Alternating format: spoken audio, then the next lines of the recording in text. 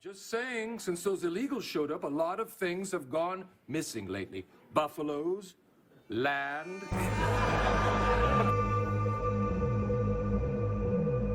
Police are looking at surveillance tape in an attempt to identify people who stepped on the man. Charges are possible, but police say it may be hard to single out those responsible.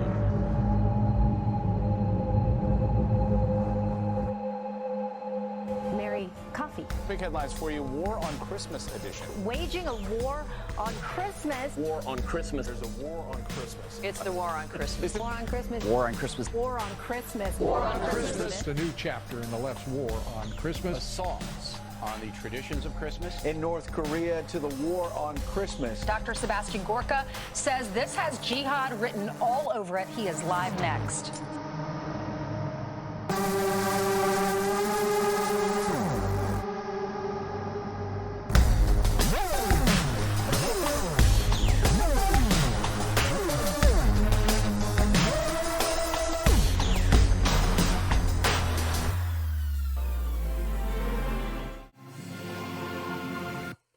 Oh, I forgot that part, but whatever. Yeah. I had to get to the important part.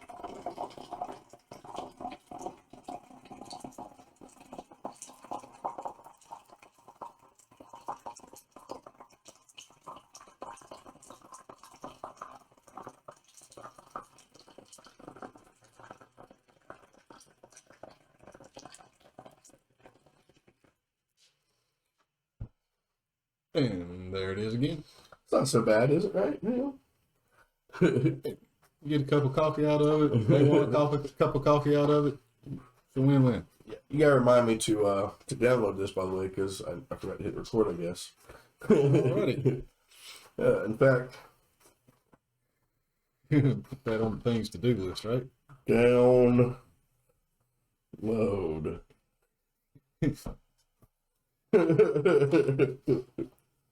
Oh, Rely boy. on me to remind you to do that. Yeah, that's why That's a good idea. That's a great plan. you see how I thought about that, right? And I'm like, oh yeah, oh yeah. Howdy, folks. Welcome. Yeah, the Stoners Point podcast, a Nifty Rocks Media production. Be sure to hit those all them fucking buttons: the likes, subscribes, the dislikes, the comments, the blocks. The Whatever. bells, the whistles, just not your kids. Well, sometimes.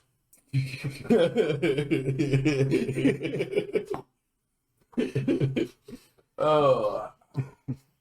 And, you know, you want to talk a little bit about our sponsor before we get in? Oh, you mean nothing? What is the nothing? Well, the nothing is our sponsor because it's nothing. You know, I've heard it described, somebody asked once, is the nothing like a hole? And, well, a hole would be something. This is nothing, you know? It's despair. And if you have like a fantasy land you need to get rid of that just sits there with all these stupid fantasy creatures you want it gone, you know who you could call? Imagination. Yeah, you got imagination, you want to get rid of that shit? Check on the nothing. It's a product that won't let you down, ever. It always meets its expectations. And And it's absolutely free. absolutely, it costs you. Nothing. All right, so you see, if we had sponsors, that's where they would go, into the nothing.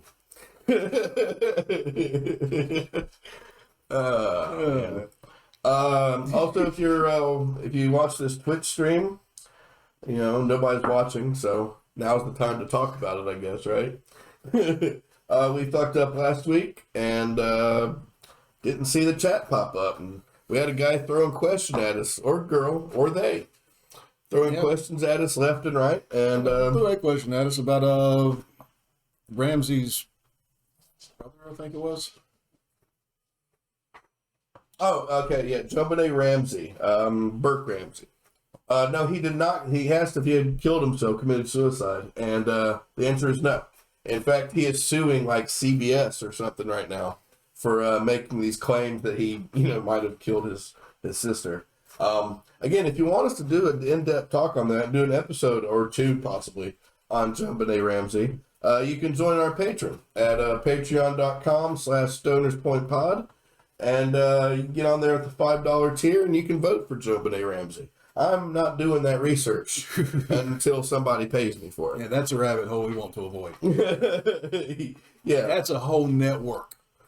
Oh my God, that would be a confusing story, but we would do it. It is a confusing story.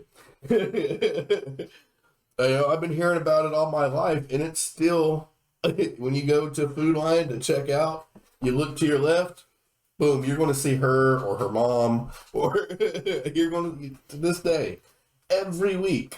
Well, I mean, shitty things happen.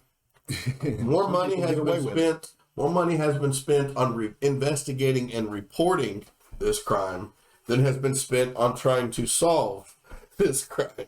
What do you expect from police? They got enough shit to do fucking trying to stop people on the highway. The Uvalde Police Department strikes again.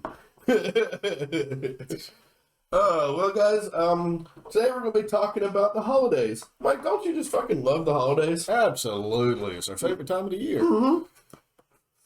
The holidays are good. Holidays, no, I hate them. I do Pretty like, good about them when we get off work, usually. well, I like food. Well, And the cool thing about, not so much New Year's, but like Thanksgiving and Christmas, is there's usually food involved. You know? it's always been a time of feasting, that's for sure. Yeah, I'm a food guy. I mean, you know? I'm not opposed to food. I like good food. Yeah, yeah. And usually, historically, even, that's when the good food comes out. Yeah. Everybody gets to partake of the season's harvest, or as it is now, the daily run to the grocery store. Praise be his bounty. This time of the year, we usually pop out for we just had Thanksgiving over here in the States, and I think Canada has a Thanksgiving as well, of sorts. Bro, I didn't even This look into time of the year. that. I did not even look into Canada. But I should have. But yeah, we just had our Thanksgiving here, and we're moving into the quote unquote Christmas season. Yeah. Depending on exactly how you look at this time of the year, some folks they've got their Hanukkah and Kwanzaa and a couple of other ones. I think it's just Kwanzaa, ain't it? I don't know. I think you added. I think Kwanzaa, you added an extra K in there. There might be another holiday that got mixed in with it. The only thing I even looked into it from back in the day was the Happy What if their Christmas, mother? What if their mother was Jewish, and their father, celebrated Kwanzaa, so they put it together. I think Hansa would have been better than Kwanzaa. But yeah, so and here in the States, like there's like a bit of lore and kind of some to our holiday traditions and where they came from, what they mean, the true stories behind them. And a lot of what a lot of shit gets overlooked, like some of the negative effects of this shit. And I'm nothing if not a Debbie Downer. Boy, is there some negative shit that fucking evolved from this shit. God, we need to go back a few thousand years. What you mean negative shit in the holidays? That's fucking impossible.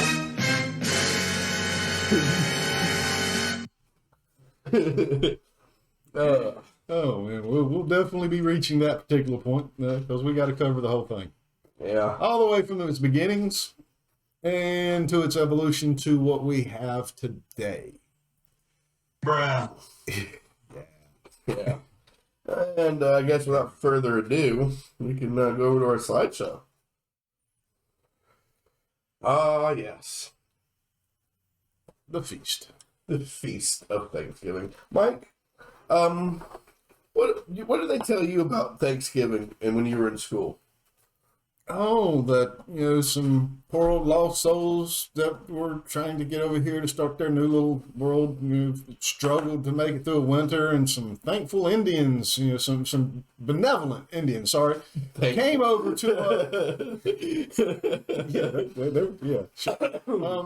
they came to rescue these poor souls that had come to this land unprepared, didn't know how to farm, had no idea of agriculture.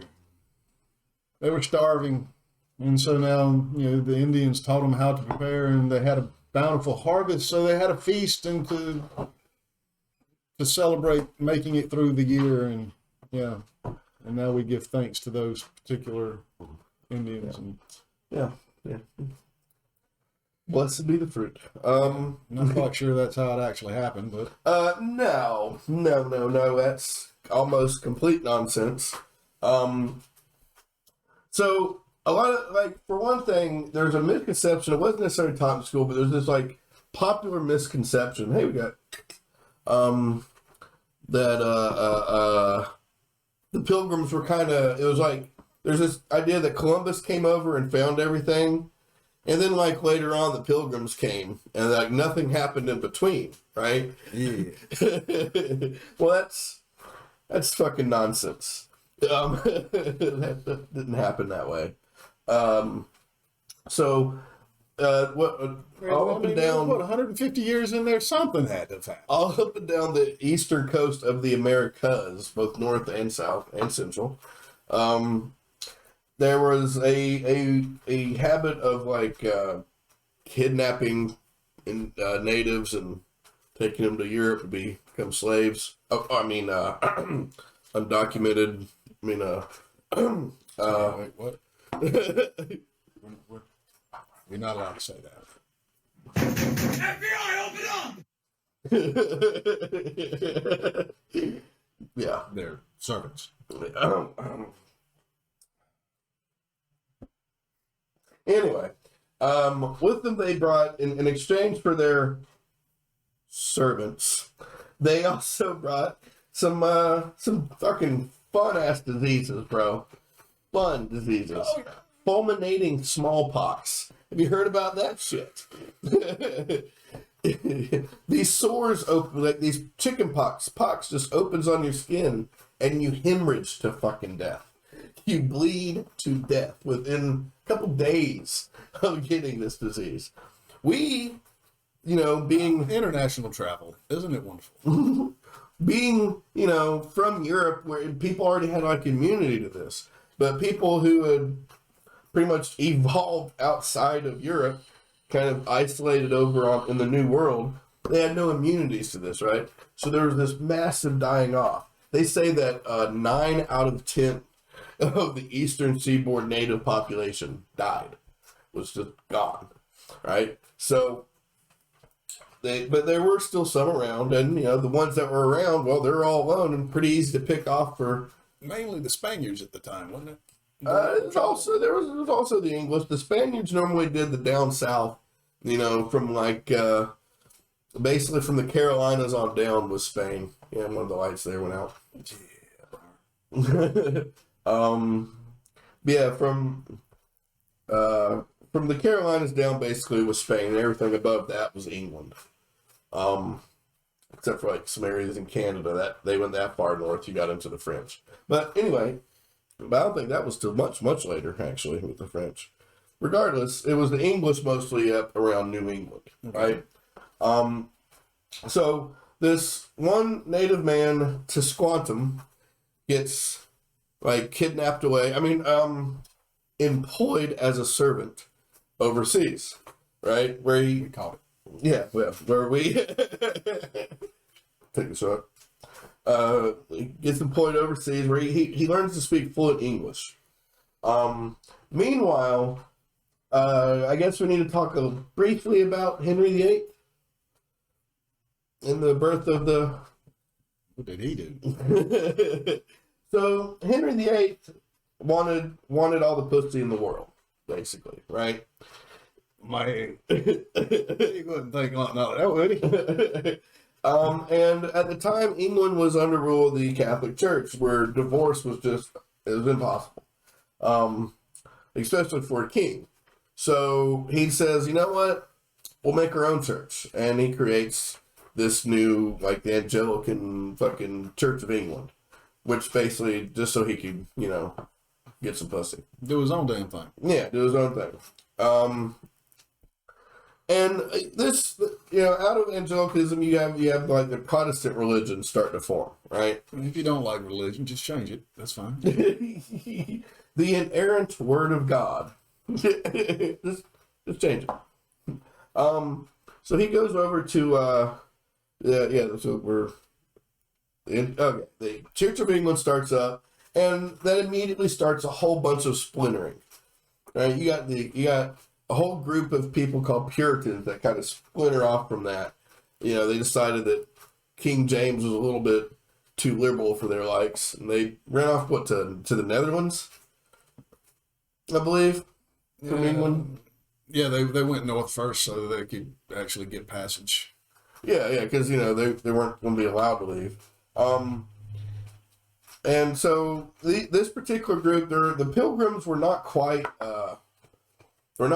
Puritans. They were kind of a splinter off from Puritanism. They were a little bit more lenient than the Puritans, but not quite as liberal as the Church of England. Yeah. And so they were called what was it, Brownists, something like that. I think it was Brownists. And Shakespeare even, like, they were so unpopular that they made their way into Shakespeare, where in one of his plays he writes, "I would rather be called a politician than a Brownist." So, yeah, they were very unpopular, you know. It would almost have to be that unpopular for Shakespeare to say some shit like that. I mean, come on, we're talking about Shakespeare here. Talking about politicians. If he mentioned you, you've done something. Yeah. So, they get some investors. Yeah, I said investors. Like, I didn't know about this part where they actually had an investment opportunity they gave some angel investor, they gave them a pitch that they would go to the New World and they let them pick a spot. They let the investor pick a spot. And there was originally going to be either just short of what Plymouth Rock was or Guyana. And an interesting side note on Guyana, that's where Jim Jones took the People's Temple to go commit their slave raidicide. It's odd, religious extremists moving out to the same place. But there was some like trade issues with the Spanish or whatnot, and they weren't able to like get passage to Guyana, so they went to this other place. Well, they make a couple of failed attempts first to leave England and to get all the way here. Do you know that like there's a mast beam or whatever that broke in the Mayflower, and we can see it because somehow the Mayflower ended up back over in England, and then they tore it down and built a barn out of it that you can still go to today, and you can actually see like the cracked mast, the cracked beam. It's fucking good. It's pretty cool. I actually had no idea that. I didn't know the Mayflower was still around. I actually assumed that they cannibalized it to build over here. Well, I knew it went back. It made several trips. Mm-hmm. Also, did you know The that other like, ships they cannibalized. there are millions and millions of, I think it's like 12 million Mayflower descendants in the U.S. Well, there are some families that keep bragging that they come all the way from Plymouth Rock. Yeah, and you can tell them to shut the fuck up. Fucking 2/3 of the country did. Like, you know, you can tell that, like, nonsense. It's like, yeah, so who didn't? You know? So yeah, they go to the first spot that they're supposed to land at. They try to go in there, and they get there, and they're already, they got scurvy, and, you know, they end up losing, like, a lot of people. Now, the trip itself wasn't that bad, except for this one. Did you hear about the woman that got thrown out? Mm-hmm. So there's this pregnant woman on the Mayflower who wouldn't quit bitching on the trip over. Oh, yeah, she's got to go. They threw her ass, and she was pregnant, unfortunately. That's the sad part. But they threw her out the fucking, you know, porthole. Fucking drowned her. You swim. Make it the rest of the way. Your baby's buoyant. But yeah, so they get over here and they find this basically a wasteland, right? The first place they land, they weren't able to land there because of the natives. Like they were under attack constantly, so they had to basically get the fuck out. And because they weren't able to land there, like that kind of voided their contract with their investor. So they just kept all the money, and there was nothing to do about it. But they move on up to the next spot, and what they end up finding, which is what we call Plymouth Rock, although there's no like rock there. Yeah. But they get there, and they find a village, like an abandoned Wampanoag village that still had like skeletons inside the houses, basically. From the last Pox invasion. Yeah, yeah. And this was actually the tribe that Tisquantum, like the village that Tisquantum had been taken from a couple years before, right? Now, Tisquantum during this time, during the whole thing of the pilgrims being shuffled around and trying to figure out their way to get over here, fucking Tisquantum has fucking escaped and somehow gotten across the ocean. I didn't able to find anything on how he actually managed to escape, right? Let me see. Yeah.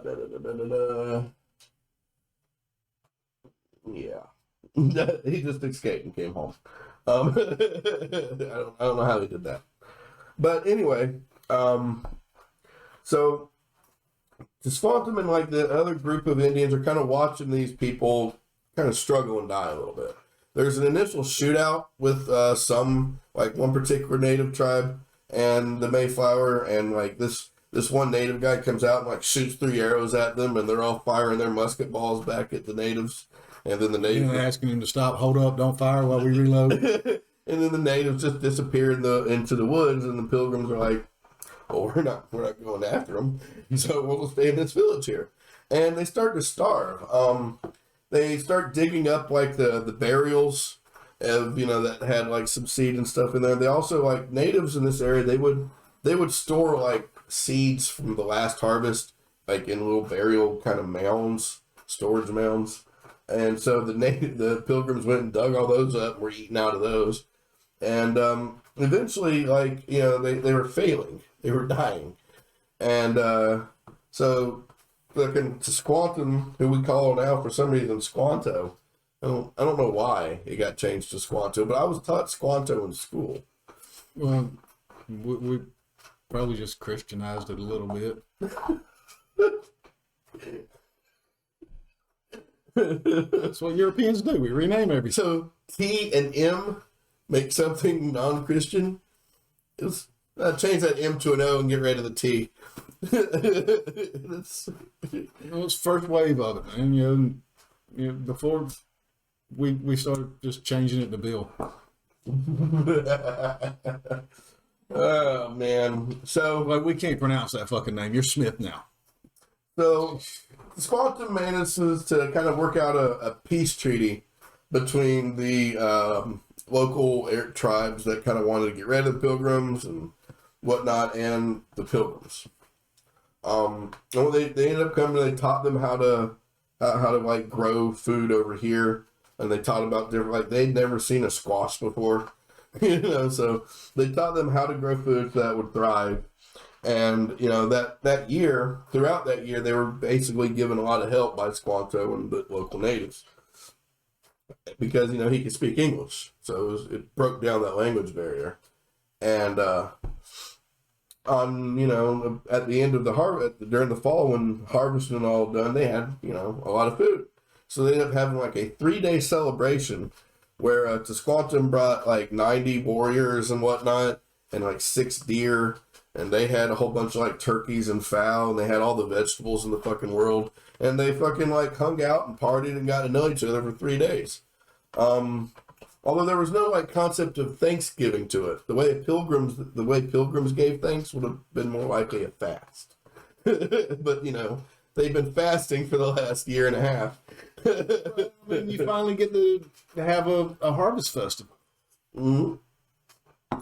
Why not go all balls out, right? I mean, it just kind of reminded them of why you're supposed to be celebrating during that particular time of season. Oh, yeah. Everybody sit here hungry and look at all that food we're not going to eat because we want to give thanks to the Lord. But yeah, basically, I mean, the Pilgrims weren't as bad as a lot of people put, but the story isn't as nice as a lot of people put. There was grave robbing, there was starving, there was matricide, there was genocide, really, with the diseases. It wasn't intentional, though. I'll give us that. We didn't intentionally get them sick That time. that time. But we did learn how that it was very effective Yeah. for latter use. Oh, look, hey, we're over here talking about Thanksgiving, and Christmas gets in the way. That doesn't happen in real life. No, not at all. Can't celebrate one at a time. We got to combine it all into one season. That way we'll forget about the horror. I mean, the atrocity. I mean, the history. Yeah. Oh, man. So, Can't go around remembering history. I mean, what kind of traditions, like when you were growing up or whatnot, what did y'all do for Thanksgiving on y'all side? Say again, one. Y'all do Thanksgiving at all? With my family over here? Yeah, we get together and have a meal, talk. Like when you were a kid? When I was a kid? Oh, yeah.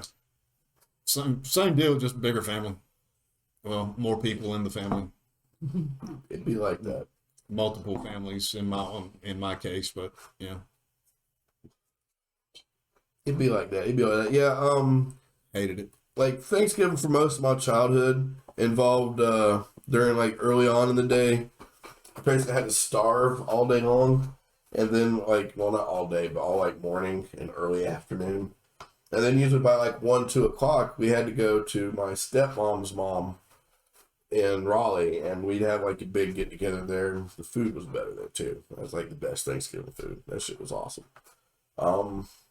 And then we'd leave that, and then we'd have almost go directly to my other grandparent, my dad's parents' house, and we'd have like a lower keef on the food. Like the food wasn't as good, but it was better company. It was more fun, at my dad's Thanksgiving. So I always had to do 2 Thanksgivings. There was a couple of years that it fell on like the weekend I was going to go to my mom's parents. So I'd end up with 3 fucking Thanksgivings in one day. And that shit was a lot. Yeah, I've done that too as I got older. But one side of my childhood was the step side. And it was so many pieces of family that they would just get together at one other person's house every year.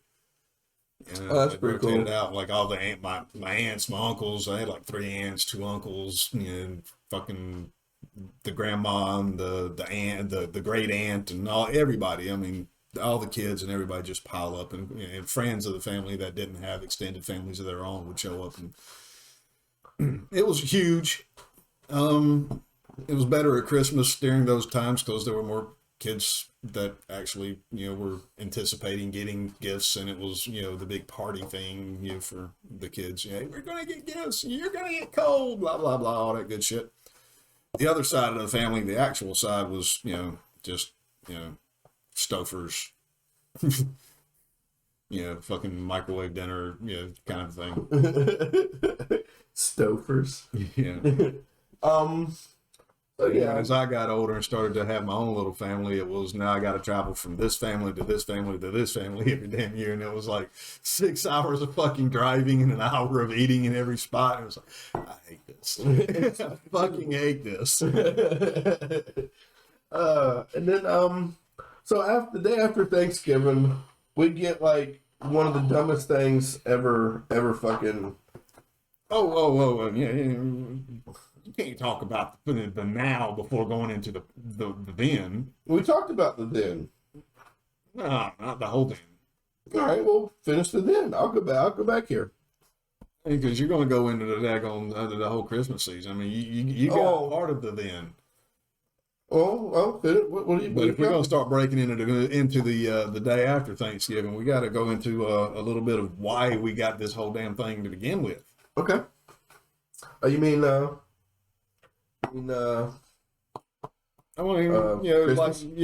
like before, Christmas or Christmas was ever a fucking thing. I mean, they had to have something to take over. Well, yeah. I mean, you think about this time of the year, you just come out of the spring and the summer, you've harvested in the fall, you've got the it's starting to get cold. You can't keep all your cattle alive. So it's time to cull the herd. So you kill all the older cattle. You know, hopefully, you know, they've had enough time to make big babies and shit. So, you know, you got plenty of cattle for the next year. So you got all this food laying around now. Your stores are full. You know you're going to make it through the winter. You got your reserves just in case something happens to that. You got this fresh meats, which you don't get very often. It's usually the only time of the year that fresh meat is abundant. Because you've salted it all to make it through the fucking winter. Yeah, it's true. And then by the freaking spring and summer, you've already ate all that. So unless you happen to catch something fresh, you ain't got it. Yeah. So you've made it through. You know you're going to make it through the winter. It's time to celebrate. So we have this big feast. You got all this food, might as well have a feast. You know, the freshest of meats. The only damn time of the year you're going to get it. And you got all this extra grain laying around. So we make extra mead. So you've got drink, you got food. It creates merriment in itself.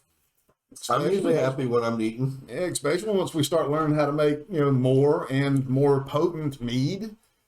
You know, people start to drink a little bit more. And, you know, somebody breaks into song, somebody breaks into fornication, you start having a party.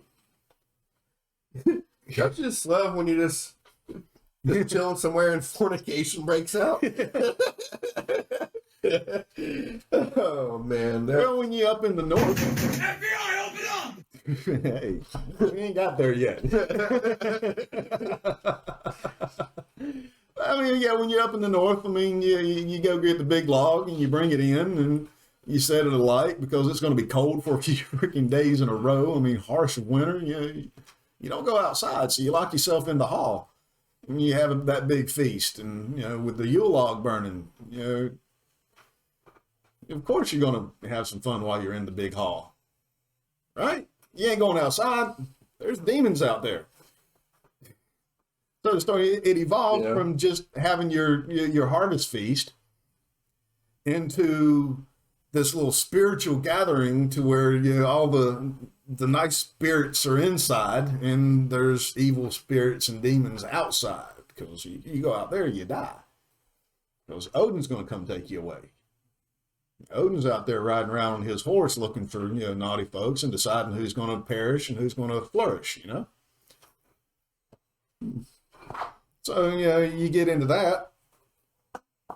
And those stories, they spread. And then the Romans come into power. You know, they got their own little thing, their gods and stuff. You know, we ain't listened to Odin yet. We ain't met them gods yet. So, you know, they're coming into power. They've got their influences coming. And their harvest is from the god Saturn. You know, the god of, you know, agriculture and plentifulness, you know. So they start having their celebration devoted to their god.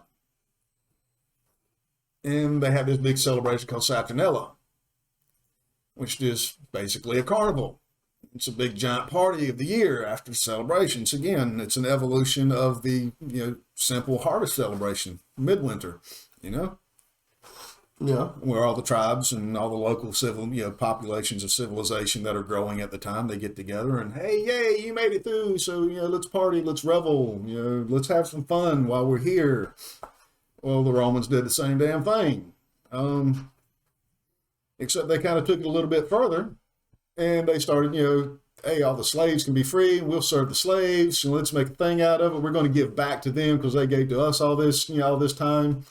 And, you know, of course, you know, there's drinks and feasts. So merriment happens and along with some other, you know, debauchery and such, you know, Romans. I mean, yeah. But it was this other little sect. Let me see who the hell they were over there. Yeah, this guy's here. I've got it wrote down somewhere in my old shit here. Mithra, a little small sect. From Persia. Yeah, the god of the unconquerable sun, S-U-N. Yeah. So he was kind of a prototype for Jesus. Yeah. I'm aware. So All about the great concept. So during this party, and of course, it's this big feast, and then it breaks down into a little bit of ceremonial ritual, and followed by a little bit of private gift giving. Supposedly, I've seen a mention of that, but none of the stories that I heard, discussing this particular event ever mentioned time for giving gifts. There's way too much debauchery.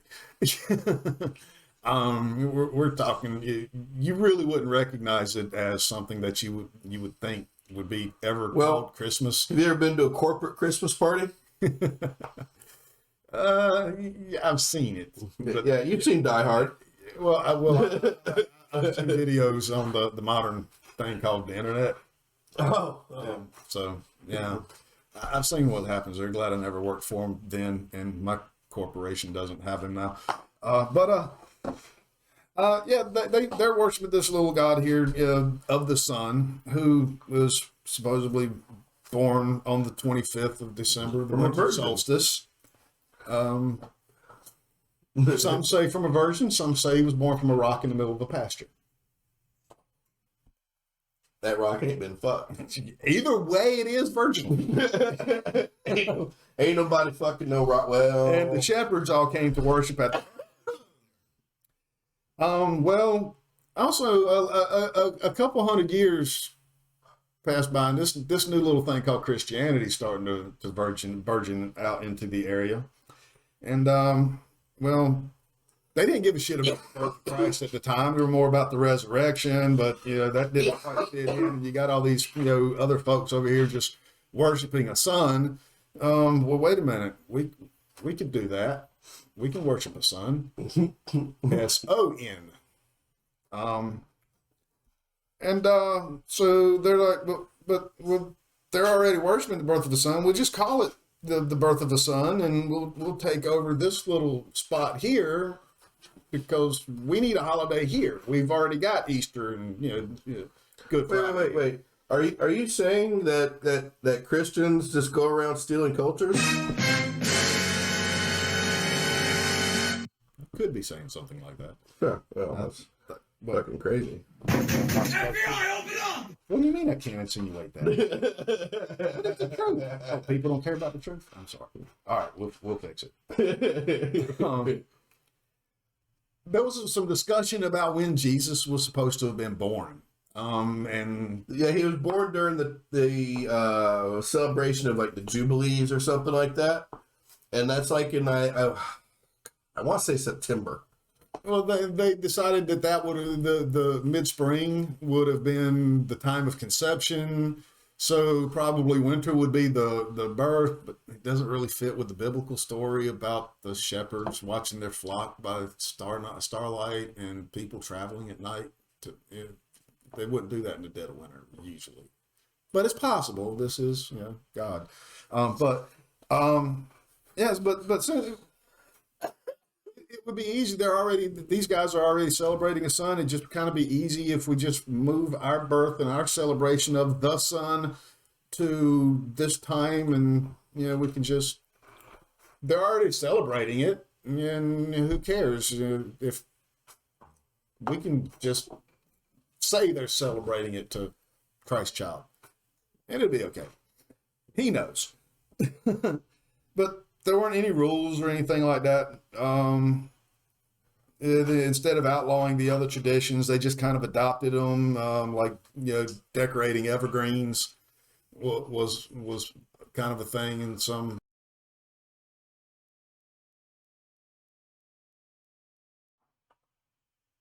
And well, we're back again. Yay! That was some fucking bullshit. Sorry guys about the loss of camera. We don't know what happened, and we, right in the middle of an episode, we're not going to make everybody come back and listen to it again. So we're just going to pick up where we left off without camera. Doesn't mean we're going to pick up where we left off without a slideshow. Which, I have to get back to where we were. All right, we're still in between. We're talking about the origins of Christmas now, right? Yeah. All right, and you just got done. And it kind of ties into the origins of Thanksgiving too. I mean, a little bit. I mean, their whole little feast celebration and, you know, our feast celebrations now, it ties into the same thing and it has its roots in, you know, a harvest festival. Yeah.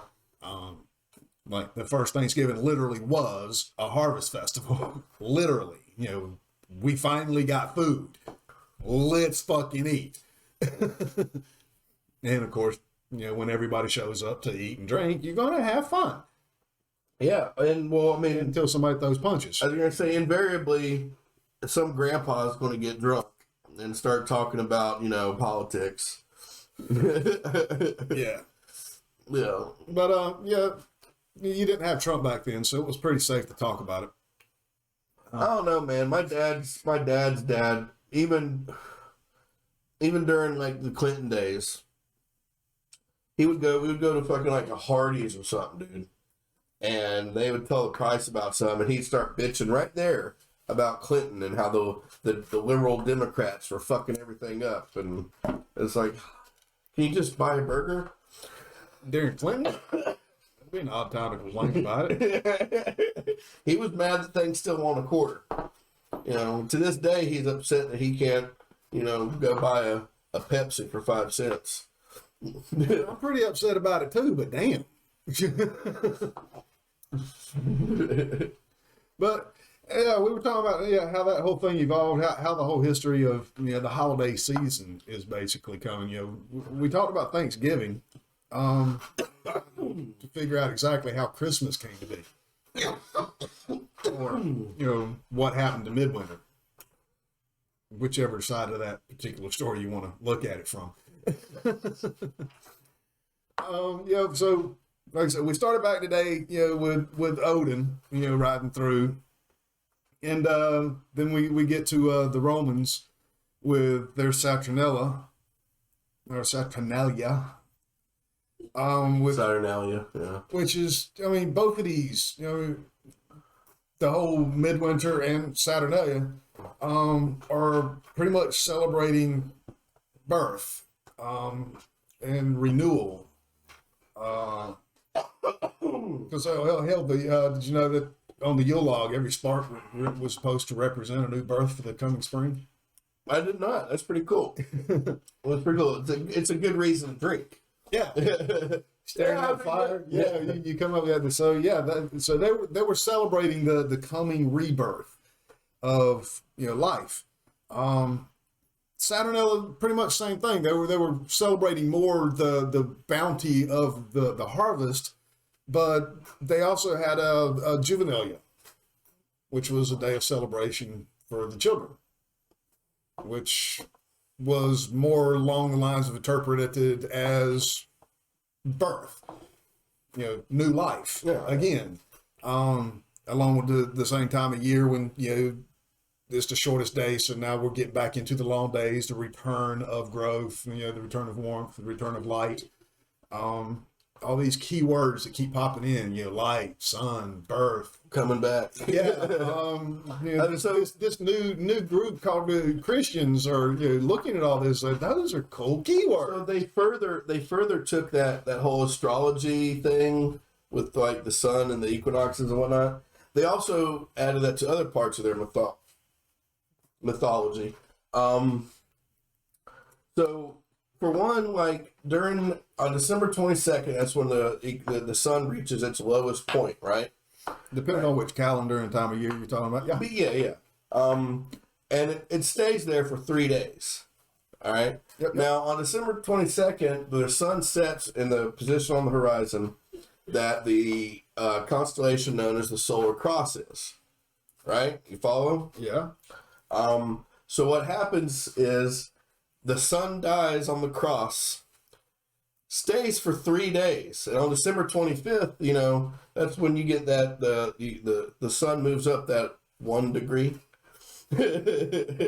So he dies on the cross, stays down for 3 days, and on the 3rd day is resurrected. Yeah. It's a great way to interpret that. That's not my interpretation. That's No, I'm talking about the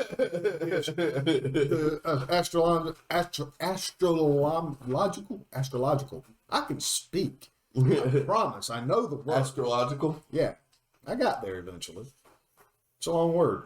Yeah. It's got more than 2 syllables. It sure does. And if you're like deep Southern, it gains a couple more.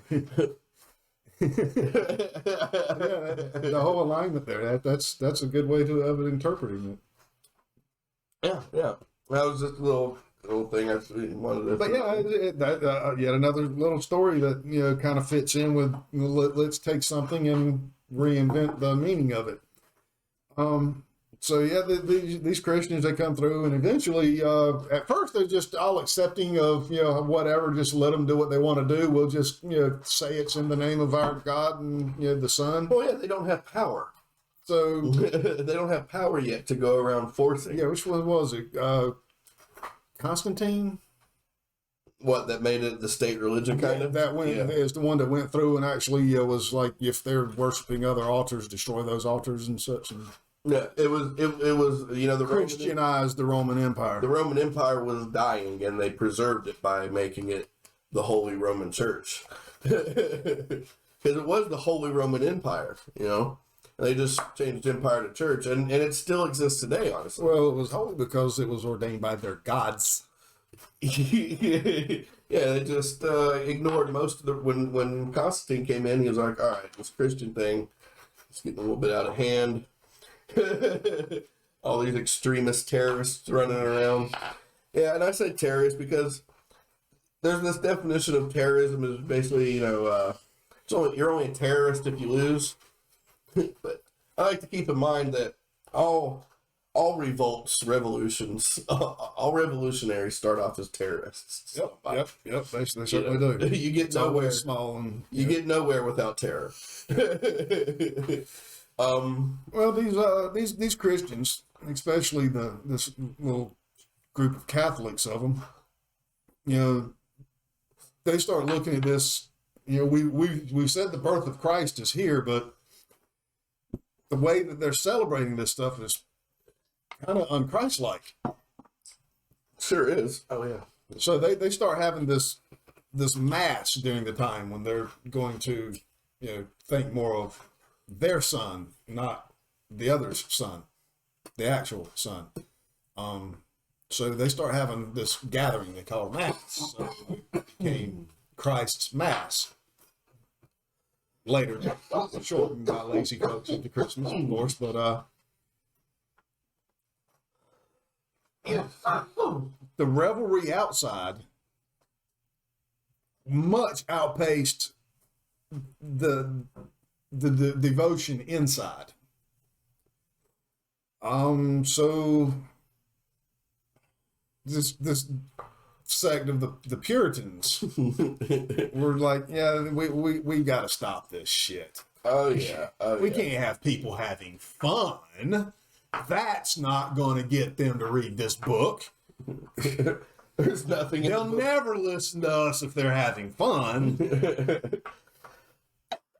Instead of making your religion fun, just get rid of fun altogether.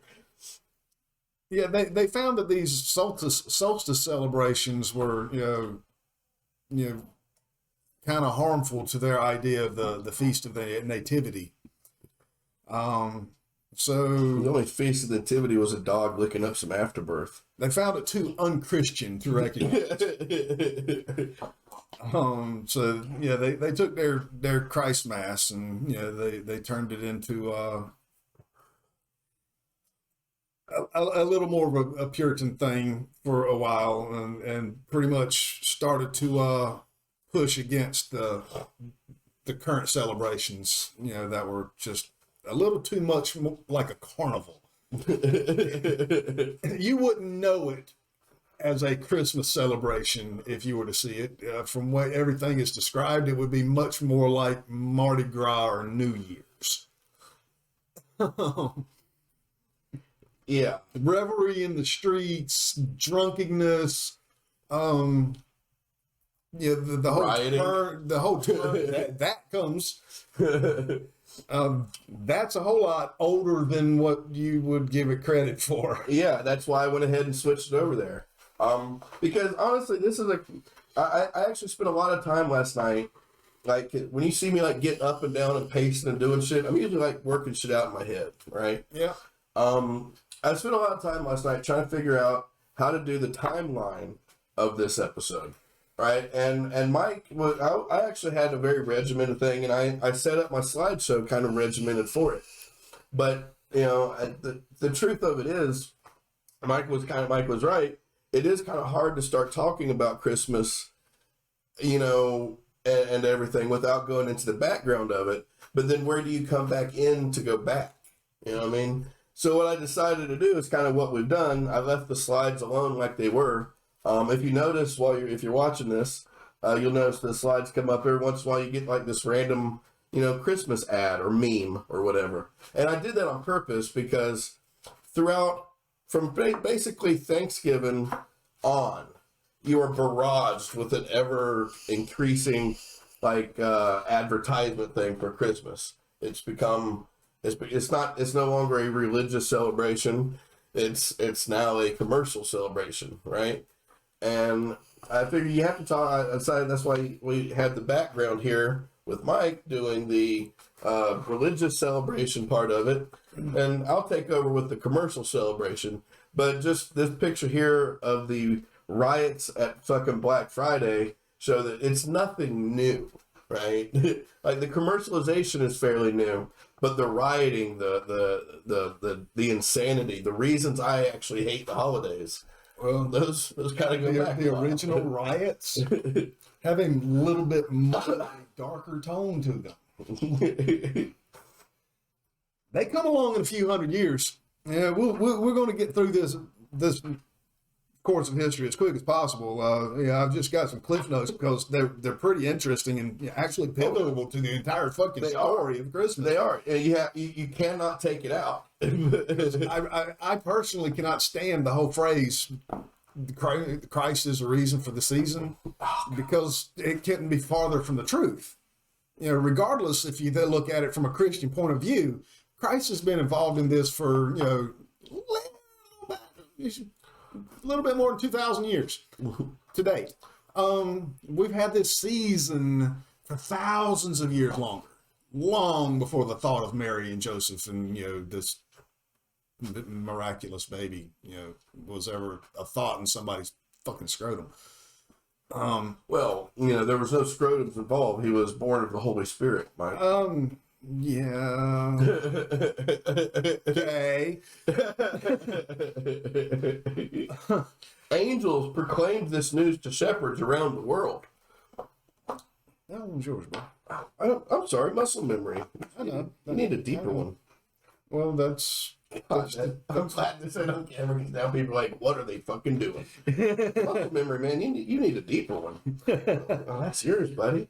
Okay, so by from about 48 AD to about the 1600s, Christianity's growing, and it's really fighting this idea of this midwinter celebration of the solstice. It really can't stand it. It's been trying to take over it for 200, 400 years now, and it still hadn't done it. Well, by about the 1600s, the Puritans make a big push against it. They really start to yeah, especially over here in the States is the one place they really had any the colonies.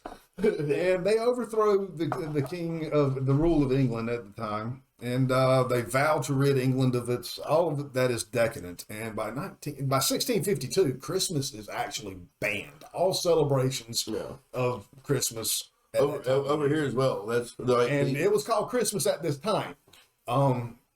Everybody was still celebrating it like it was, Yule or Saturnalia or whatever harvest festival they had in their, tribal areas.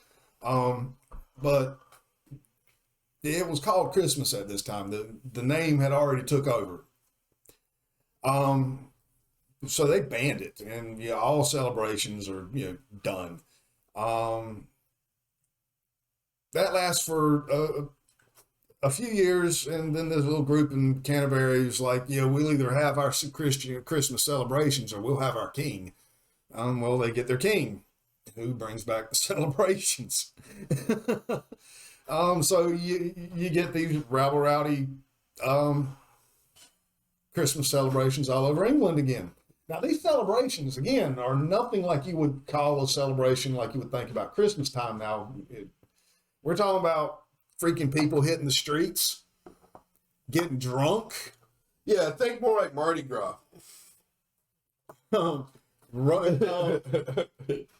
We hadn't quite got to the next evolution of it that it takes, later. But the rich, the well-off are expected to give to the mistrodens. Fucking socialists. They elected a Lord of Misrule who would give commands that had to be followed. Yo, that's my new metal band name. Lord of Misrule. It was an interesting time in things. I would have liked to have had the opportunity to attend some parties like that. Yeah. Seriously, I could create some mischief in that particular setting. So yeah, England fell into debauchery. But yeah, hey, we still got the Americas, right?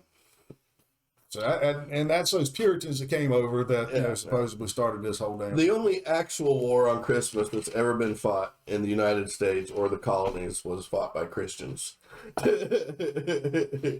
1659, Boston banned all Christmas parties because we couldn't have that English bullshit over here. We got to be a little bit more pure than that. Yeah, little highbrow, like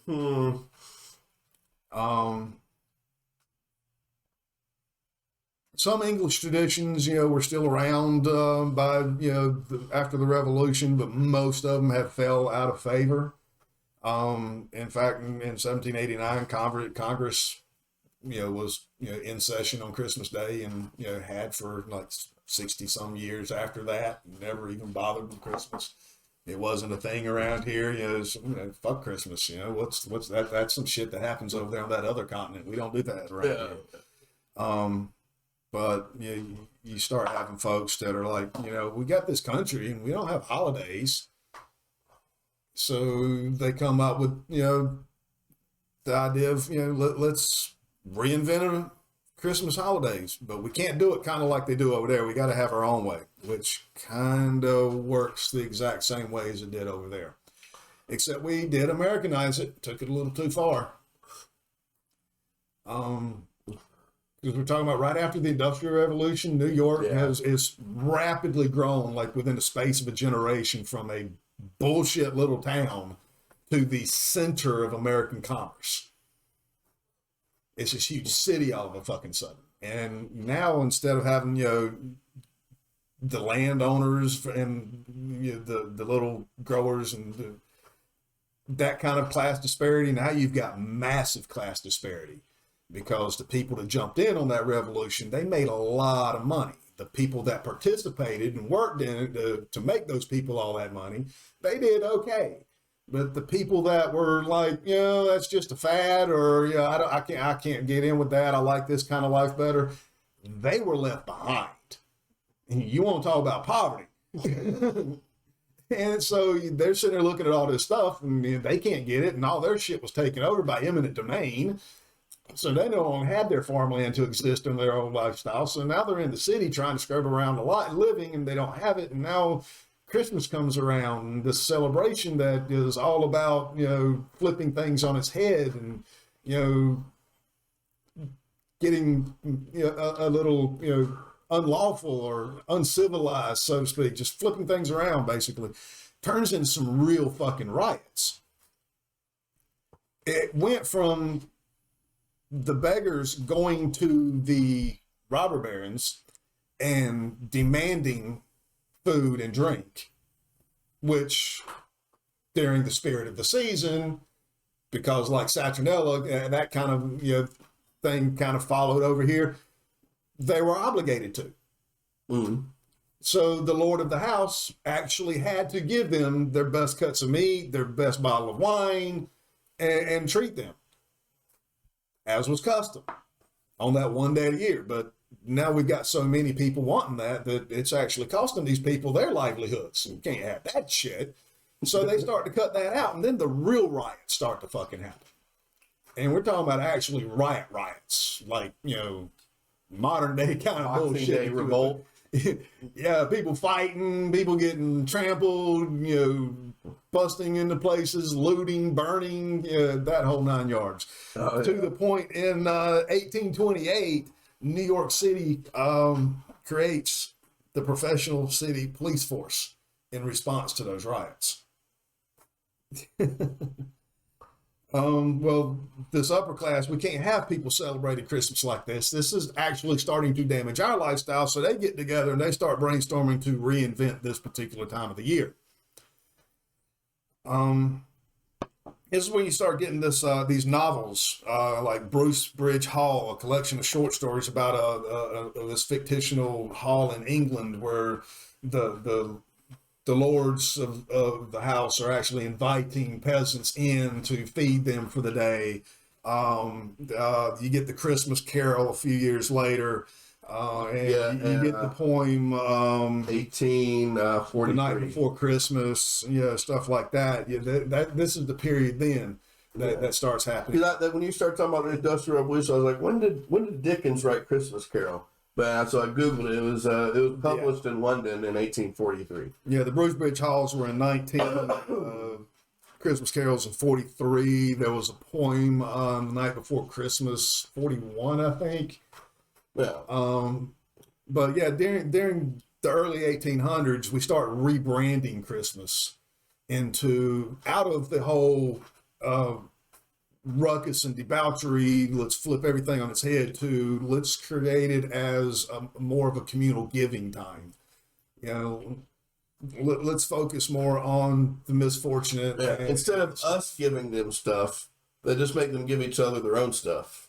That evolves just a little bit later. It is still it becomes more community focused giving.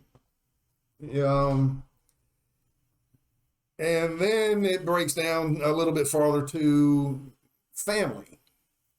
And then, hey, let's take it all the way back to the birth, and let's celebrate new life, and let's make it about the children. Yeah. So there you go. So now we're focusing on the children. But like I said, the pagan celebrations, they don't fit that Victorian society now. But we still got to have some form of tradition. So what can we use?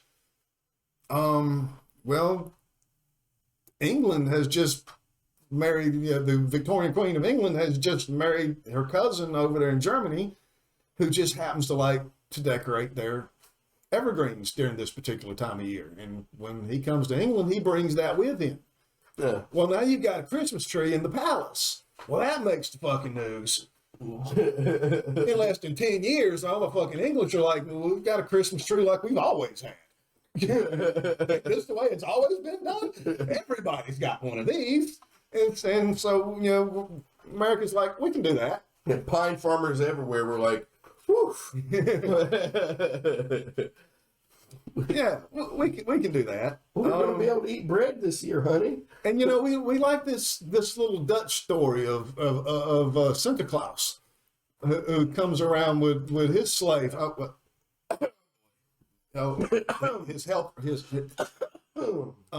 his servant, his helper, who happens to be African American. No, he's black. What? No, he's a dark-skinned minority. No, what? No. Person of color. Okay. Elf of color. I've just been told that he's now a normal skin tone person that just happens to have soot on his face from coming down chimneys. So no need to blackface anymore. We can't have that. Amsterdam.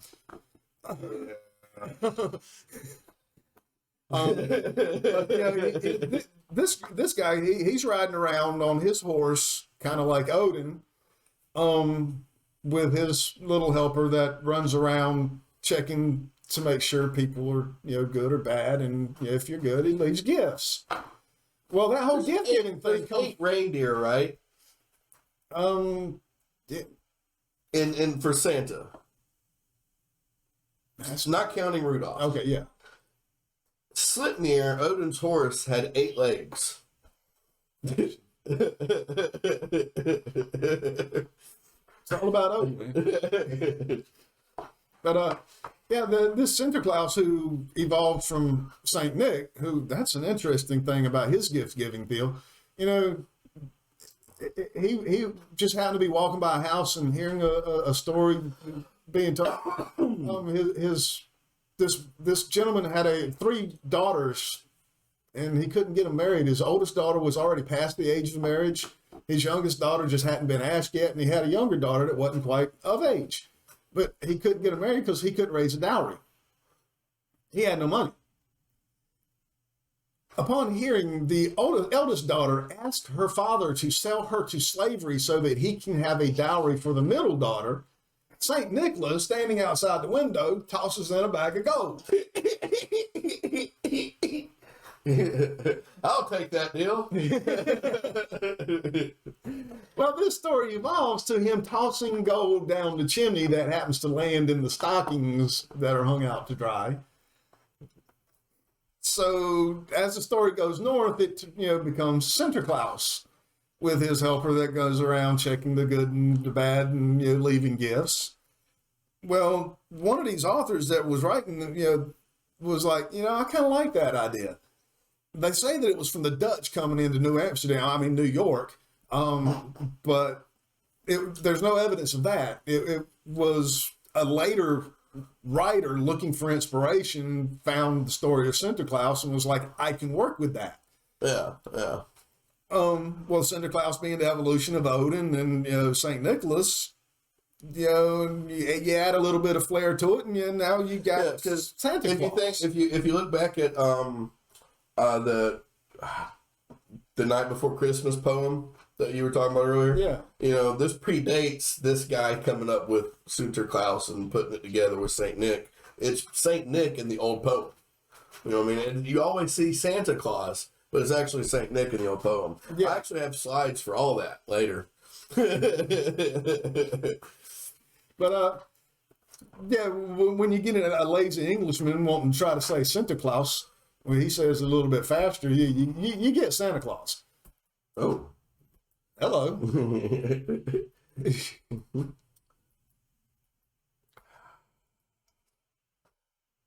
I thought I had a. Well, I'm really interested in where you were going with some of the story. There we go. There's Saint Nick listening outside the fucking door. Being a creep. I want to know if you're worth his bag of gold. Or later, just basic gifts. Yeah, not even gold after a while. That daughter gets cheaper and cheaper as time goes on. But yeah, so I guess we've kind of caught up to where I had going, right? We've got the history of what Christmas is. Yeah, we've got this Santa Claus figure popping up. Who looks a lot like Odin and Saint Nick. And we've got the idea of this season is all about your kids, and now we've got Santa that is going around giving gifts to good boys and girls.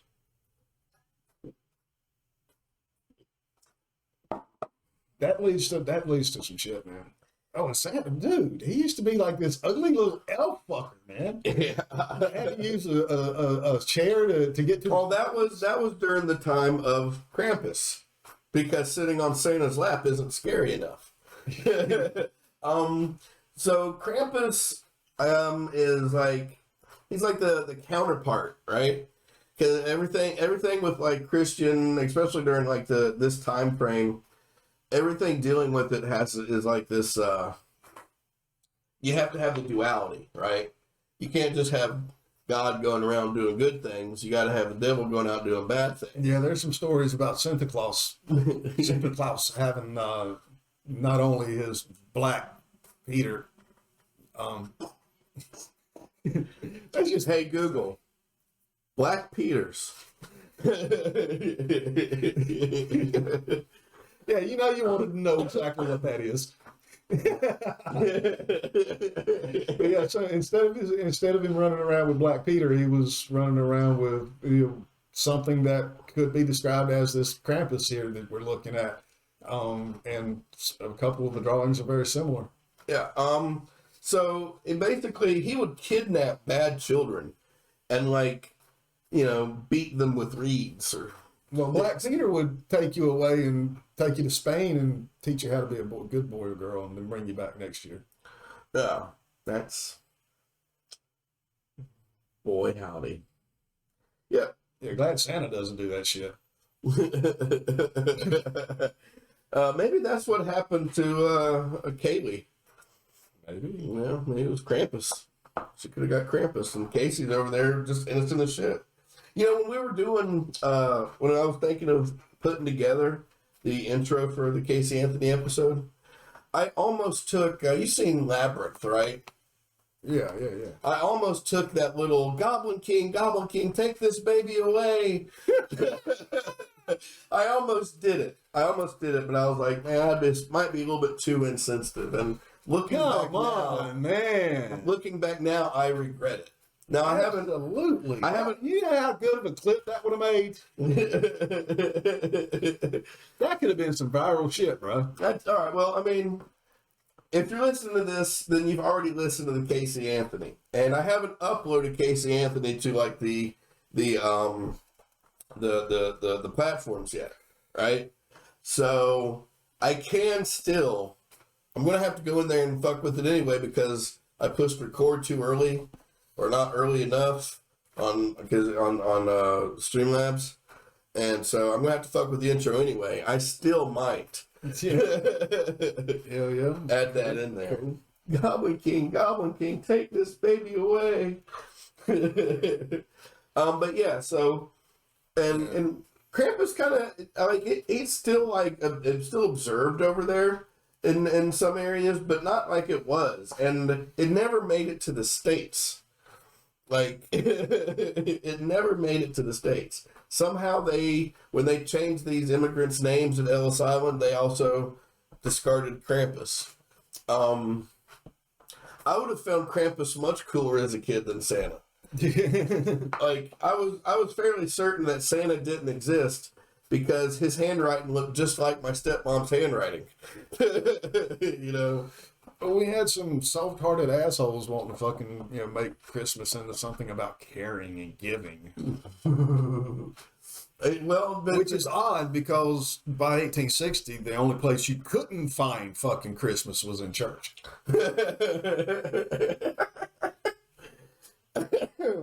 Kind of like caring and giving. Well, you know what? I take that back. That's unfair. I've actually been in need of like food pantry assistance, and those are always at churches. You know what I'm saying? So I'm being unfair there. But churches, or what do these? Like your average, ma and pa kettle, they ain't giving away shit. But just reading over my little notes right there, making sure I didn't miss anything. Yeah.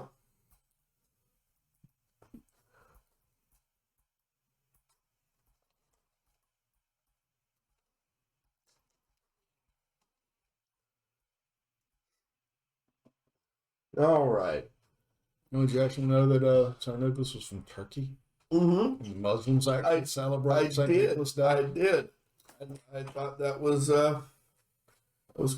pretty interesting.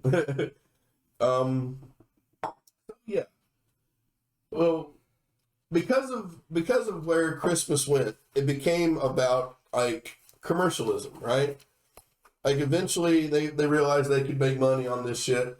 And they started trying to come up with ways to draw more people in to buy more shit.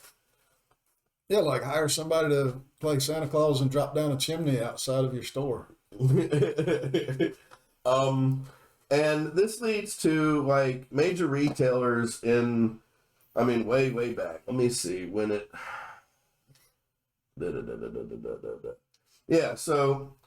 The day 1941 is when the dude hired somebody to play fucking Santa Claus and jump down. 1952 was the beginning of the Black Friday sales, right? The day after Thanksgiving has been regarded as the beginning of the United States Christmas shopping season since 52. The practice is linked with the idea of Santa Claus parades. Usually on Thanksgiving Day, these parades have like with Santa at the end. with the idea that Santa Claus has arrived, which is kind of a, it's like the next major holiday after You know that the Thanksgiving. first major mention of Black Friday was actually in 1869. Wow, I did not know that. It's Go on. actually referencing the date when a couple of investors tried to corner the gold market and created a financial panic. They called it Black Friday because the market's tanked. Whereas here it's because, like, when you're in an old school ledger book, your business ain't doing good, you write in the red, like your numbers are in the red. But when you come back out of the negative, everything's going into the wins column, you write it in black.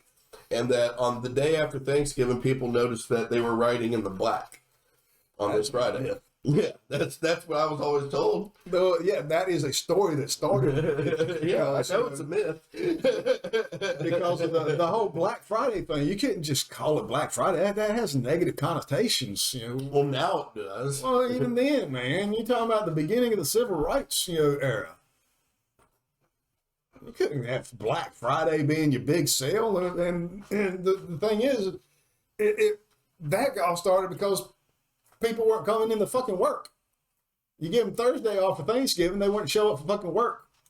So the cops and the fucking retailers started calling it Black Friday because they get a rush of fucking people. This was a natural evolution. It wasn't something that was created, but it was something that was capitalized on. Yeah. Black Friday was originally known from the cops because of the traffic and all the fucking commotion and shit there, and the retailers because, we're getting bombed here. Yeah. In the late 19th and 20th centuries, most of these parades that we're talking about were sponsored by department stores, right? Yeah. These include the continuing Toronto Santa Claus Parade and Macy's Thanksgiving Day Parade. That one's been going on since 24, which is sponsored by Macy's. In fact, most of the time when I hear about that, they don't even call it the Macy's Thanksgiving Day Parade. It's shortened to the Macy's Day Parade. I would actually like to see Black Friday be changed to Macy's Day. Or Walmart Day. Oh, God. But yeah, retailers tried to capitalize on it. But Right. And they created the myth that Black Friday was when the stores would finally start turning a profit. And guess what that did? That made people want to support the idea even more. Thanksgiving's relationship to Christmas shopping led to a lot of controversy in the 30s. Retail stores would have liked to have a longer shopping season, but no store wanted to break with tradition and be the one to start advertising before Thanksgiving. Which is why starting Thanksgiving Day, you are barraged with fucking Christmas. And the first actual mention of Black Friday in this particular thing was in a factory management and maintenance book, so that you could try to manage, so that management could try to figure out how to retain workers, keep people at work the day after Thanksgiving. I don't see why you gotta have fucking Thanksgiving off. Even kids in school, fucking eat when you get home, right? So they let the schools hold them so the parents can cook. Yeah. Let the parents have a fucking good time. We've been suffering since Halloween. Yeah, but because we've had Santa Claus holding up advertisement boards telling us to I've had reminding to us throw to away. restock on shit. I've had to throw away 15 hand turkeys. My kid thinks pilgrims are cool. So in 1939, President Roosevelt, Franklin D. Old Frankie Rose, issued a presidential proclamation proclaiming Thanksgiving to be the fourth Thursday in November rather than the last Thursday, meaning in some years 1 week earlier, in order to lengthen the Christmas shopping season.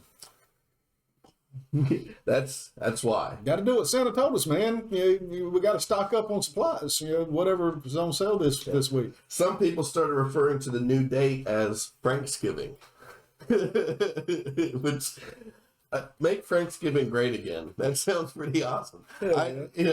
He gave us a lot to be thankful for before Reagan took it away. Let's see.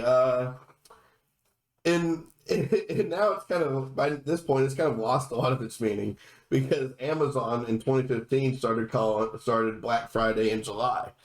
And like I said earlier, at first, this whole thing, it wasn't just a Friday.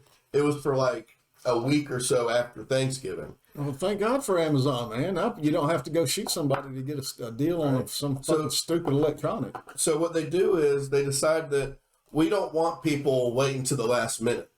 And if we put it in a sense of urgency, then we'll get such heavy foot traffic. We'll have so many people in the stores, not only buying these discounted items, but buying other items as well.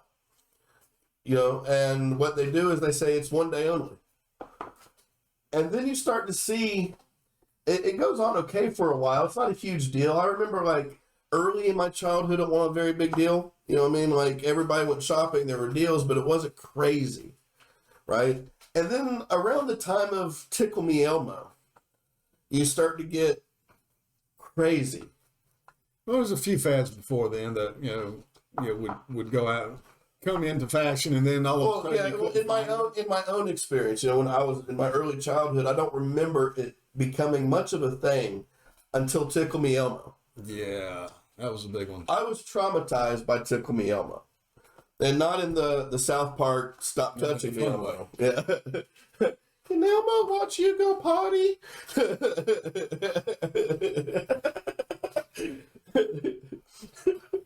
Yeah, you get this, Santa telling you to buy things, and you got shops breaking your balls about coming here because we've got the best Santa, and we've got the bigger deals. That's what Jesus would want. Yeah. So go shopping, folks, and now we've created this big demand. We're just going to sit back, and not make enough. Well, see, early on in the days of advertising, it was actually like illegal to advertise to children. Right? You couldn't have like advertisements during like cartoons and shit like that for cartoon character toys and what have you. Reagan changed that. Right? That's why you see like the Teenage Mutant Ninja Turtles and shit start selling Teenage Mutant Ninja Turtle toys. That was never a thing before because it was actually illegal. But now they've started, this is now legal, so what they can do is they can take this popular little kids character toy thing and, advertise it to children while children are watching TV, who then begin to harass the shit out of their parents. But, unfortunately, I think with Tickle Me Elmo specifically, they didn't release it until fucking Black Friday. And there was only enough in the stores to last for Black Friday initially, right? So it wasn't just that you could get this particular toy on this deal on this day. You could only get it after this day. And they didn't send enough. And purposefully, right?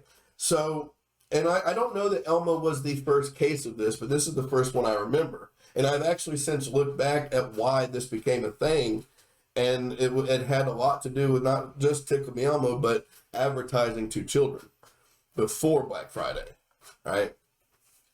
Like all year, they've been advertising this toy to kids that ain't even available. It's all about the children. Now it's all about the children's parents' money. So I remember being, I can't remember how old I was, but it was the year of Tickle Me Elmo. And we were in fucking Walmart. And we were just there for like Walmart shit. We weren't even Christmas shopping. And I saw like these two women in the toy aisle. Like you could hear them yelling. And as we approached, you could see, and this toy aisle was packed. I mean, there was just nothing but people, except for like one little side over because people were trying to avoid these fighting women who had like the last fucking Elmo doll. One woman started beating the other woman with the box that the Elmo doll was in, and my grandmother whisked me away. I've never seen such silly shit, right?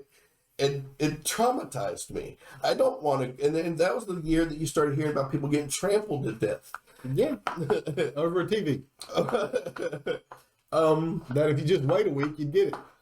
Yeah, because only in America would we trample each other for sales the day after we give thanks for what we have. This is fucking insane, right? Black Friday is a blight. I really celebrate the companies putting out the whole Cyber Monday thing. Well, the only reason we have Black Friday is because we have to get the gifts that we were mandated to give, because it is the reason for the fucking season that we give gifts to celebrate the wise men giving gifts to Jesus. You know, gift giving for the children used to be like a hand-carved toy or some socks. The occasional like popcorn and candy. That was it. There was none of this shit because it hadn't been commercialized so fucking heavily. Yeah, you know, people just going nuts over it. So much so that a leader of ISIS was stampeded, according to the internet news. Article in the Mideast Beast. It's on the internet. It's got to be true. That ISIS leader Abu Ibrahim al-Hashmi al-Qurashi's determination to score a cheap, big flat-screen TV proved fatal this holiday weekend, as the caliph was trampled to death at a Walmart Black Friday sale outside Tallahassee, Florida. Al-Qurashi, who traveled to the United States specifically for the sale, arrived at Walmart to find a long line had already formed outside the store, while just a limited number of highly discounted flat-screen televisions were for sale.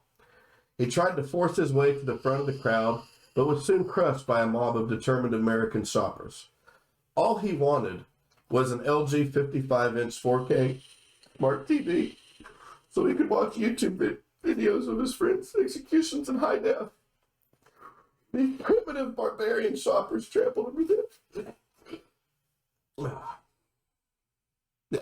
And, well, this is a joke about this guy. Like, this didn't happen. I was waiting for you to push the sad violin. No, so when I had to restart everything, I didn't restart my soundboard app, so...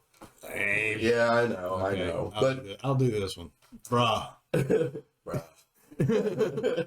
I forgot to do something. Dun, dun, dun.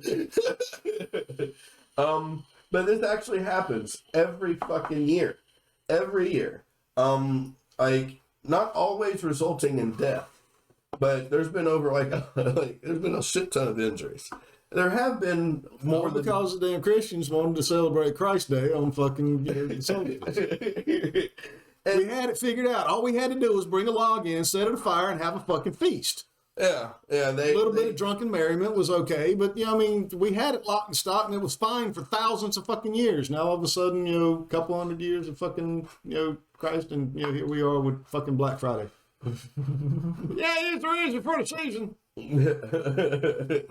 Yeah.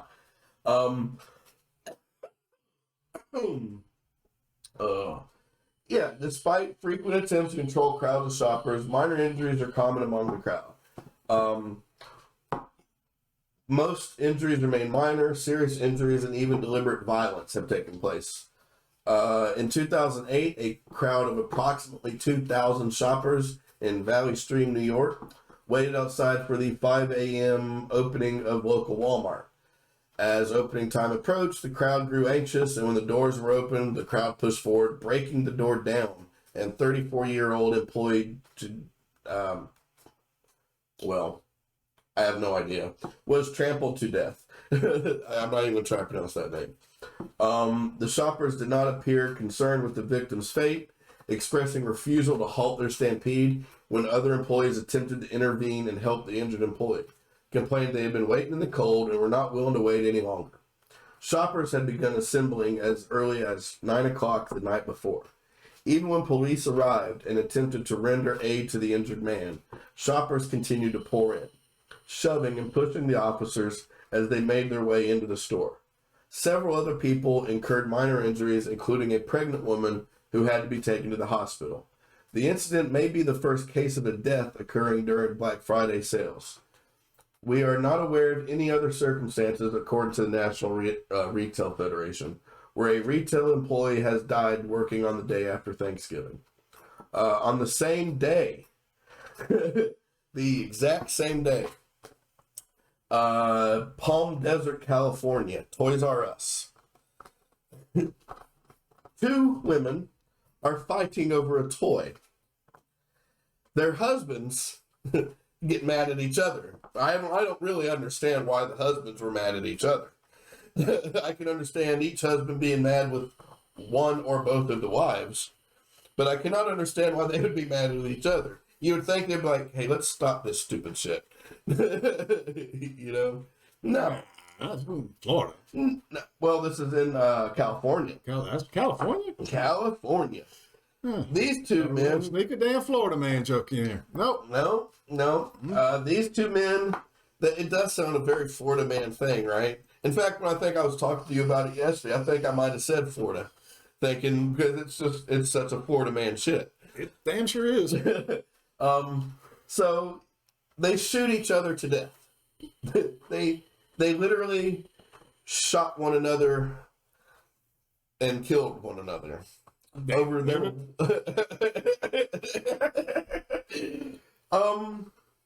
Yeah. So. And then, like I said, it just gets worse and worse, right? It's ridiculous. It's nonsensical. And yeah, so that's Black Friday, right in between. Thanks for everything we have, and thanks for everything we have. We don't have enough, and we got to have it all, regardless of what it is. And it's not even shit we need. It's toys. It's televisions. It's dumb shit. Yeah. So never see Black Friday sales at your local food line. Mike, how long has the Super Walmarts been around in our area? 20 years? With the exception of COVID, when have you ever seen one closed? You don't. So this year, I, on Thanksgiving Day, wanted to go to Walmart. Well, a couple hours before, so they could stock up for Friday, they would usually, limit customers. But, I guess they would probably shut down for a little bit to make sure they get everything out. Make people wait. That's what I thought. Because I needed to go to Walmart, and I was like, let me Google map my way to Walmart. And every Walmart in the area was closed. And my immediate thought was, well, that's nice. Let everybody off for Thanksgiving. But everybody's working. What I really realized was going on, whether anybody was off work or not, what I really realized was going on is they wanted people lining up outside again. They want this shit. Of course, yes, record profits. But the violence means nothing to them. No. The human cost. That's God. He's the reason for the season. But yeah, so what are you doing, Step Santa? I mean, all of this is so that Santa can bring his little presents to leave under your tree. You're trying to make me believe in Santa again? Boy. Santa senpai? Yeah, and so it's given this whole commercialism to it, and I mean, you can think like Coca-Cola for that too. Like Coca-Cola had a big hand in creating commercializing Christmas. They started real fucking early with their good lord, I don't even remember what that was. Oh, it's milk and cookies, and it's got knives in it. But yeah, here come all the unnecessary Christmas ads. And there were some cool traditions I think are better than Black Friday, like this one. You read about this one? The Christmas logs? No, it'd be an interesting twist on a Yule log. Oh God. So basically the parents pull these out, right after, and somewhere in Europe. They pull these out, and the kids after dinner, they just beat it with a stick. Like they beat the shit out of it, right? Okay. And then they feed it like nuts and little candies, right? And just kind of sweep under the blanket with it. Okay. And it's hollow inside. So what the parents will do is they'll take like little small presents and the night before Christmas, they'll like stuff them into the log, right? Well, the kids the night before give it an extra beating, and then like give it some cookies and a little glass of milk and set it under the blanket. And when they come there in the morning, they'll pull back the blanket and they'll see that the log has shit out some presents. You know, Interesting. a Christmas poo. Where is this at? Hold on. I'll look it up real quick. The Christmas poop log is what I know it as. I know there's an actual. Because that could have a danger of teaching kids to mistreat some animals. Well, certainly mistreat some logs.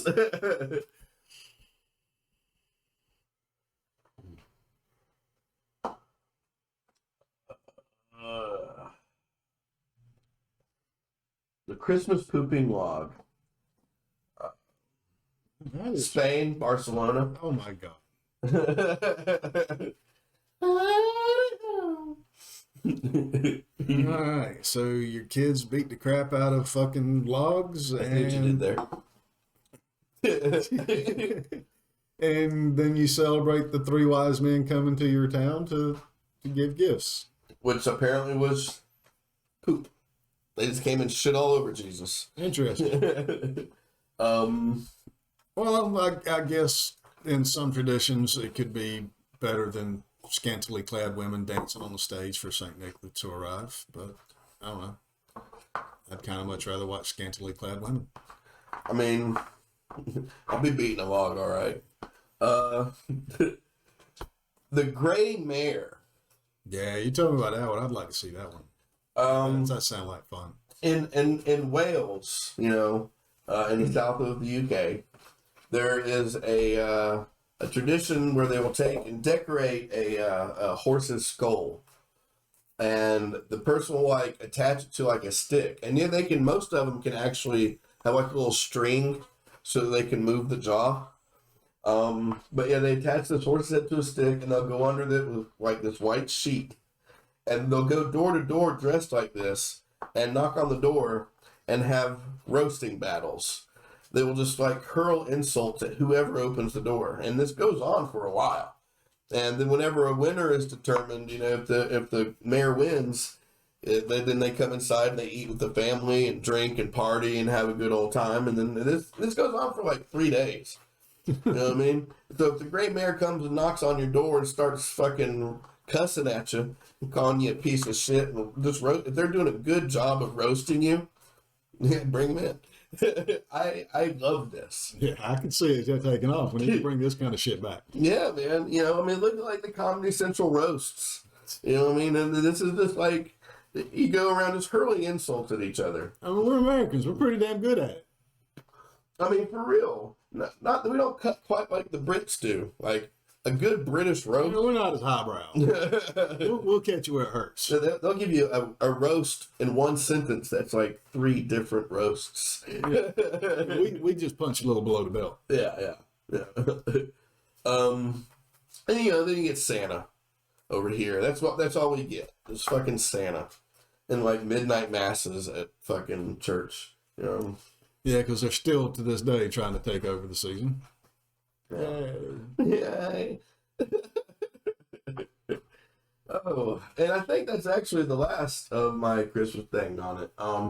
You know, the biggest thing I always liked about Christmas, more or less, was always, oh, well, never mind, there was one more. There's another one. And there's another one. And another. Oh, okay, yeah. Food. I'm a fan of the food. I've never been a huge fan of the food. I mean, I like eating, I like food, and, you know, sometimes it was good. You know, more often than not, when you got large families getting together, you know, the food's usually freaking cold by the time you get to it. Yeah. Or it's, you know, one side of the family over there on that whole side. I was wondering, they had some really weird fucking tastes. So with me, with my family, both sides of my family, Christmas was always done with There will be in the morning, the children get like 2/3 of their presents, right? Like the best ones, kind of. And then, like, the rest of the day is basically spent getting Thanksgiving dinner ready. And then after everybody eats not Thanksgiving dinner, sorry, Christmas dinner. And then, like, the whole, all the men are sitting and the kids are sitting, like, in the living room or playing outside, and all the women are in the kitchen. That's the way I was raised with it. I don't like it, but, I blame my fucking grandparents, whatever. But yeah, they were all in the kitchen, and then you get called in for supper, and you have Christmas dinner, and then there was more presents that were handed out. You know what I mean? So it was all about like family and eating, and presents were just something that were on either end. You know what I mean? It wasn't that big a deal with presents, mostly because we were poor.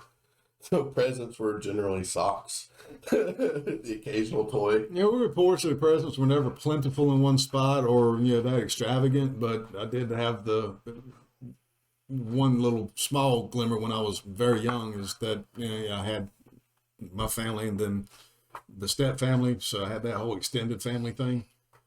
So I had a lot of stops. I was the bastard child of half the family, but I still got a gift everywhere I went. Yeah. I always had 3 Christmases. And when you got 7 stops along the way, it turns out to be one. If you count it as one thing, it was all.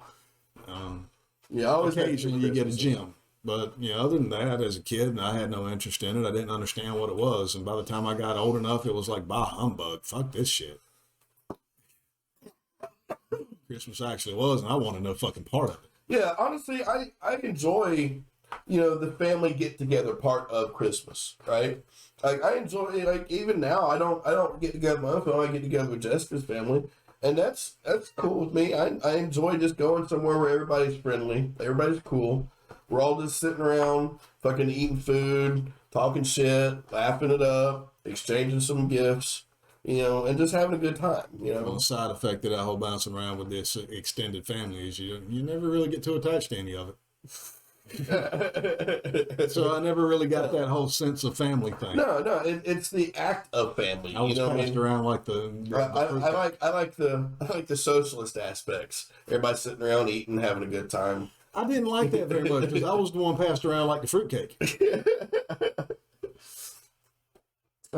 And there was one time I was sitting in the door with that fruitcake that gets passed around. I like fruitcake. Apparently nobody in my families did. For some reason, very unpopular. I find it delicious. It's sweet. It's got fruit and nuts. Fucking spread some butter on it. Well, to me, it's much better than fucking pumpkin any fucking thing. Really? You're not a fan of the pumpkin pie? It is the worst thing about the whole entire holiday season to me. Look at Jira. I cannot stand the holiday seasons for one thing. That one thing. I can't stand the fucking smell of pumpkin. And it starts 2 weeks before Thanksgiving, and it doesn't fucking end till mid-January. Dude, they started now in October. Yeah, like the pumpkin lattes and fucking yeah. Yeah, but it gets real fucking bad. Pumpkin pies, pumpkin every fucking thing. Man, you just goddamn fuck a pumpkin. I can't stand that shit. Like your happiest moment of pumpkins is carving them up for jack-o'-lantern. Yeah, it used to be. Yeah. Well, I mean, it's not so much the pumpkin itself as the pumpkin spice. The pumpkin really is kind of flavorless. Like you can't taste the pumpkin much. Yeah, you can. It's when you start adding the stuff to it. It's like many other. I don't like them. Gourds? Yeah, don't like them. You don't eat squash? Zucchini? No. What about cucumber? Much rather pickle it. What about pickled squash? No. I mean, I don't even like a fried squash, and I like everything fried. Really? Yeah. That's upsetting. I love fried everything, including squash. I think my least favorite fried food is fried fish, but Now, it is I've tolerated it fish. If you slice it really thin, I mean chip thin, and you batter it and fry it. And then it's just a chip. I can tolerate it. It's a weird flavored chip. Got this slimy thing in the middle. It ain't not by the time I get no. Now if it's sliced thin enough, right? Right. That motherfucker crisp. That's the only way I can tolerate it. I won't do it. I put that shit right down there with Brussels sprouts. I love Brussels sprouts. Yeah, you would. What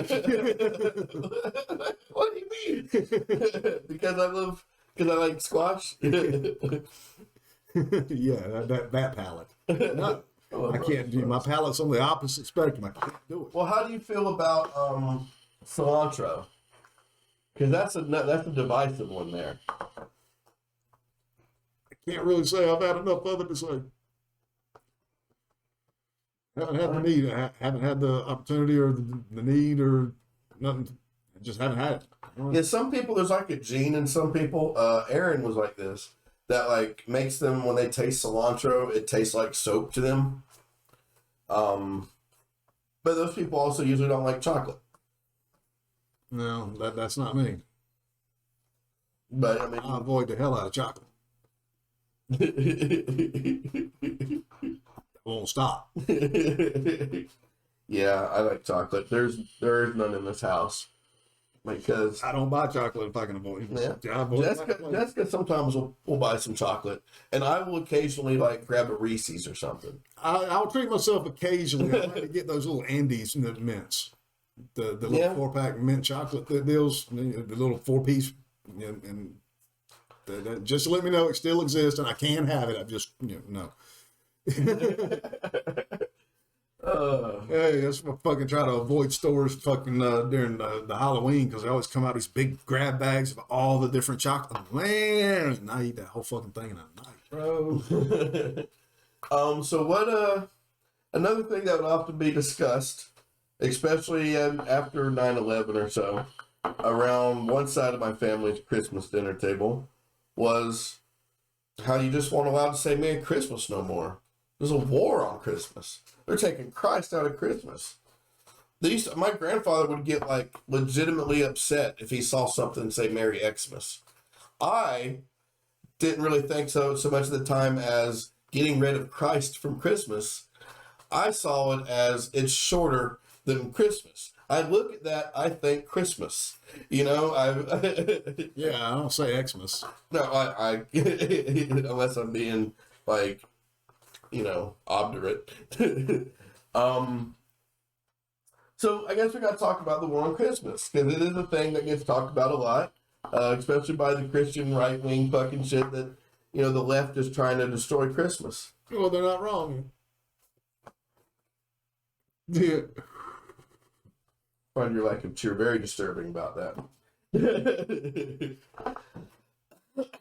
So I'm definitely trying to kick Christ out of Christmas. I have to. Because all the things I like about Christmas have nothing to do with Jesus. Not a fucking thing. And the celebration about the it. secular bit of Christmas, of modern Christmas, is still, something I would rather get rid of. The whole bearing of gifts and just your family getting it. No, it's bring it back to a community celebration. I'd be cool with that. The town prospered a little bit. Hey, let's have a celebration here. Yeah, break down the walls of it being in the family setting. Yeah, and make it just about the community getting. I'm down with that.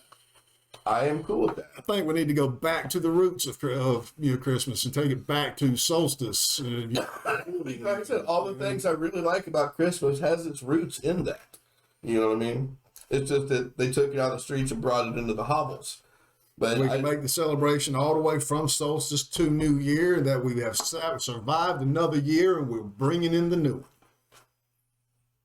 Imagine just being fucking drunk for 2 goddamn weeks nonstop in the cold. Well, I mean, not everywhere's cold on Christmas. You go south of the equator. Yeah, you're celebrating the summer solstice.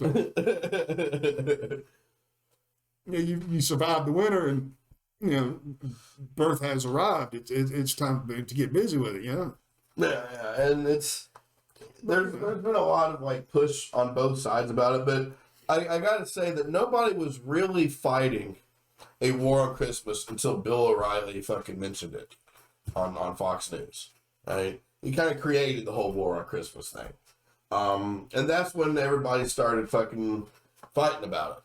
It started becoming a big like talking point. Well, what about what are we going to do at Christmas? You know, are we going to be allowed to celebrate Christmas because little Johnny is a Muslim? And it's like, yeah, everybody, you should be allowed to celebrate Christmas if you want to. You know, he should be allowed to celebrate Ramadan if he wants to. Maybe it just shouldn't be, I don't know, like... I just remember that as being the beginning of the Happy Holidays instead of Merry Christmas, because we started to recognize that, hey, other people have holidays. And which reminds me of that Corona commercial with Happy Christmas Hanukkah.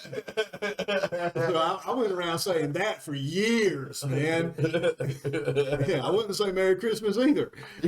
Fuck it. Happy holidays. I've always liked Happy Holidays better. Well, it is more inclusive, of course, because you've got people celebrating Hanukkah. I don't have to keep up with what day of the goddamn week it is or what day of the month it is. I could just starting from Halloween and ending at New Year's.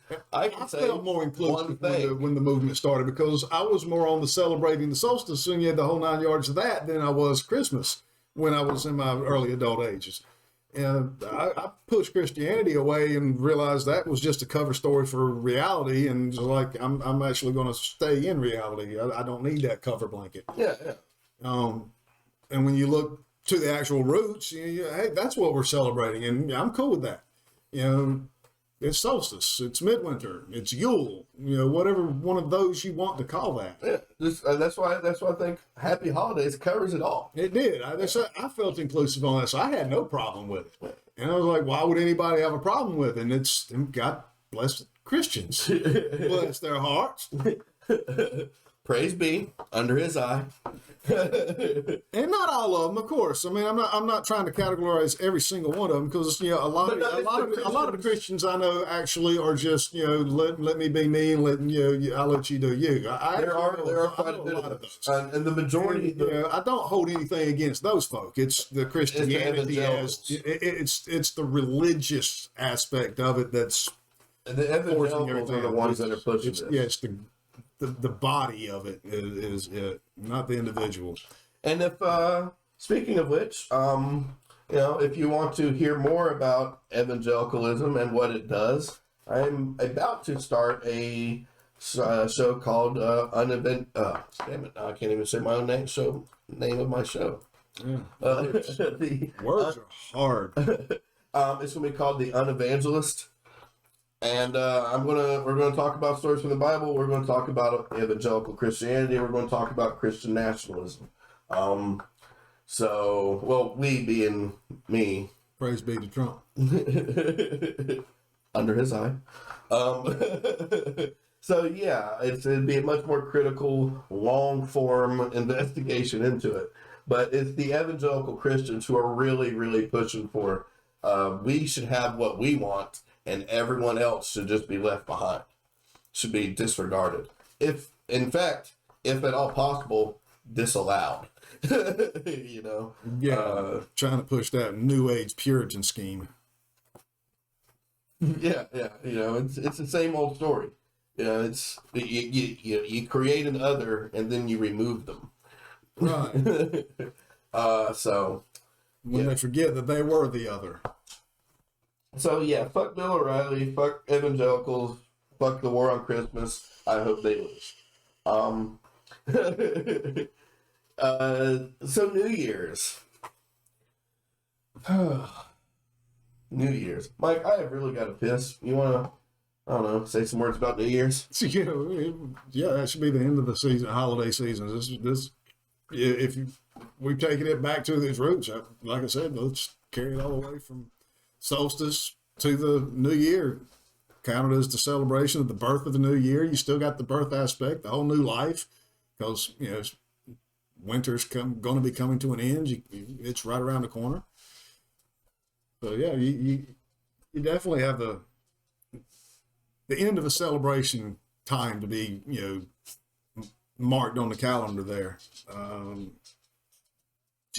But yeah, people just decide to get drunk about it. I'm not exactly sure where he wants to go with his side of the story on the New Year's, because myself, I was focused more on the Thanksgiving and Christmas part of the holiday season, and didn't even give a thought to New Year's because to me it's just another calendar day.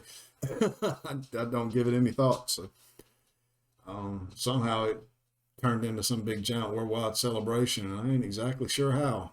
I'm sure there's some history in there. And I'm sure he's going to be able to get into it. I'm not exactly sure where he's going to go. I don't celebrate New Year's, so I don't know much about the history of it. Sucker punch for you guys all the way from him to you. Set me up like this. Teach him how to go away like that. And we just have some boring ass conversation insulting him a little bit. Just remember that this whole segment was brought to you by nothing. The one thing that everybody can afford because it costs absolutely nothing. Always meet your expectations because there's nothing to expect. It is the perfect gift because you never have to give it. They already have it.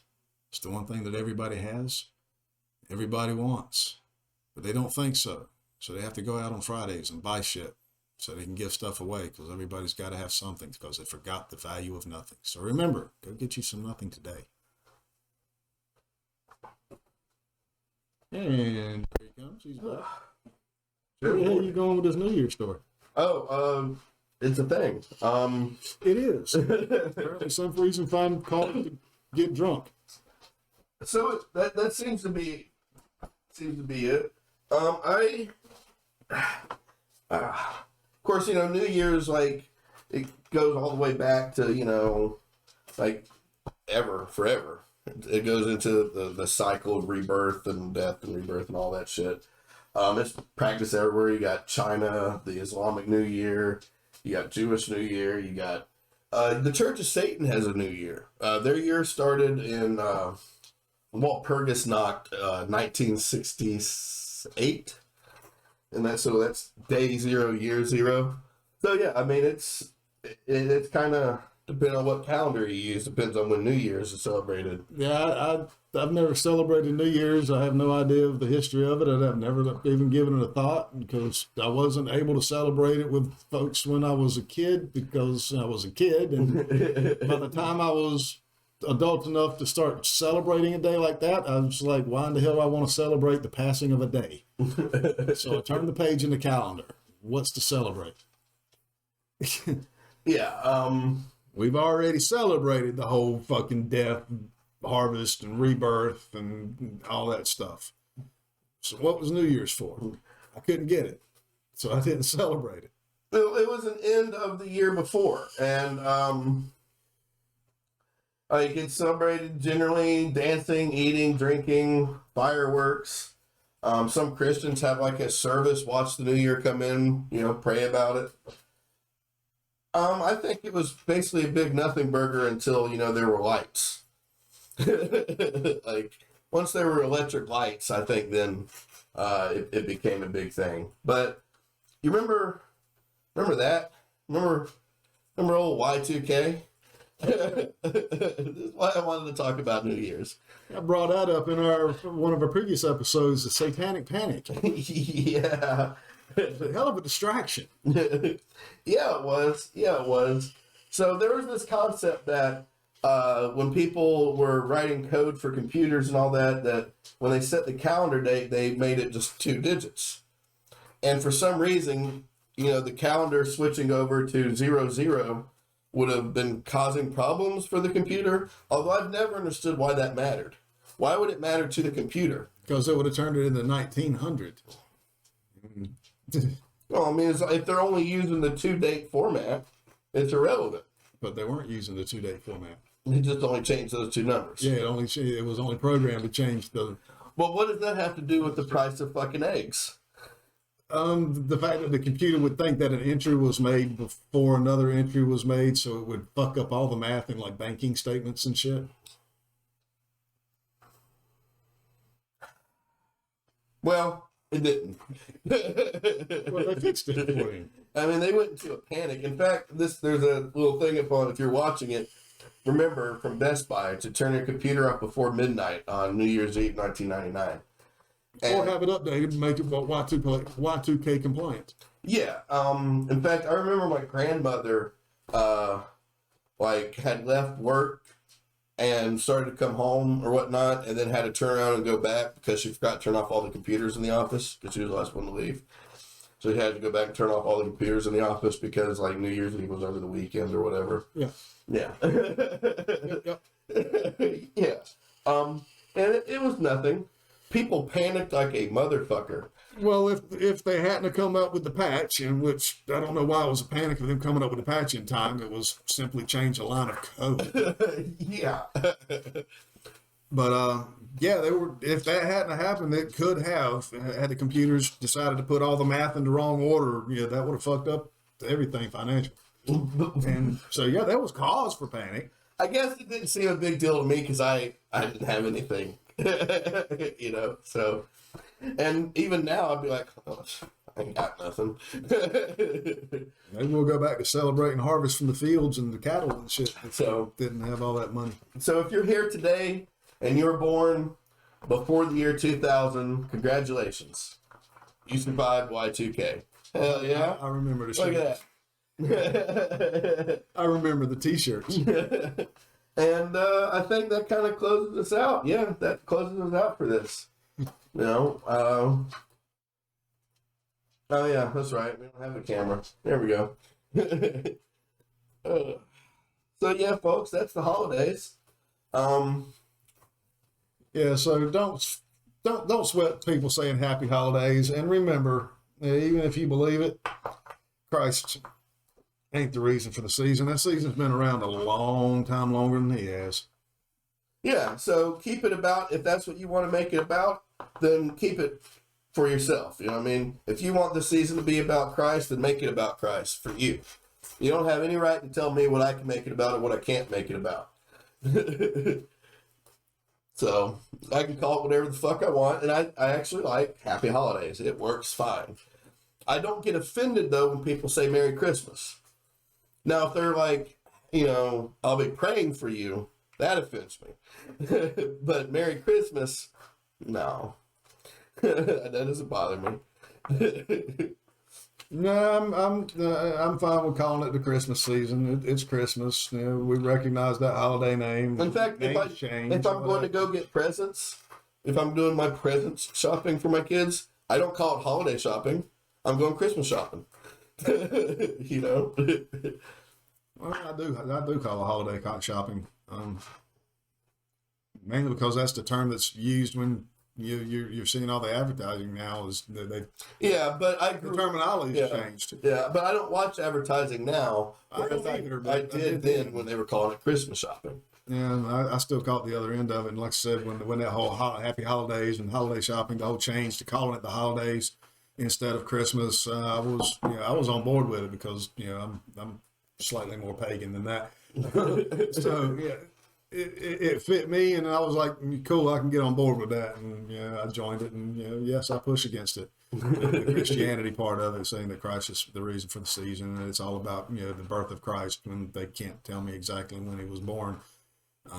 So you picked it out of random? No, you picked it because people were already celebrating the sun at that particular point in time. Yeah. So you used trickery. Could have picked any other day of the damn year, but no, you picked that one. And it was the Romans at the time. It wasn't folks around today. I ain't trying to blame y'all. But, yeah. So, what's our next episode going to be, Mike? Interesting question. I mean, we got to start doing our research for, I guess Aaron still hasn't voted, but it looks like it's going to be Area 51. Oh, yeah, by the way, shout out. I didn't do a Patreon shout out, so this counts. Aaron Vincent. Welcome to the club. Yeah, man. He has joined Patreon, and but he doesn't involve himself in the voting process. I finally see why my grandfather was so mad about that. Gotta make your vote count. Because now we're talking about Area 51 week after next. But next week. I don't know, man. That's an interesting question. Should have asked me that earlier so I had time to think about it. like all damn night. I don't know. You've had all month. No, I haven't. I've been thinking about the things we've already talked about.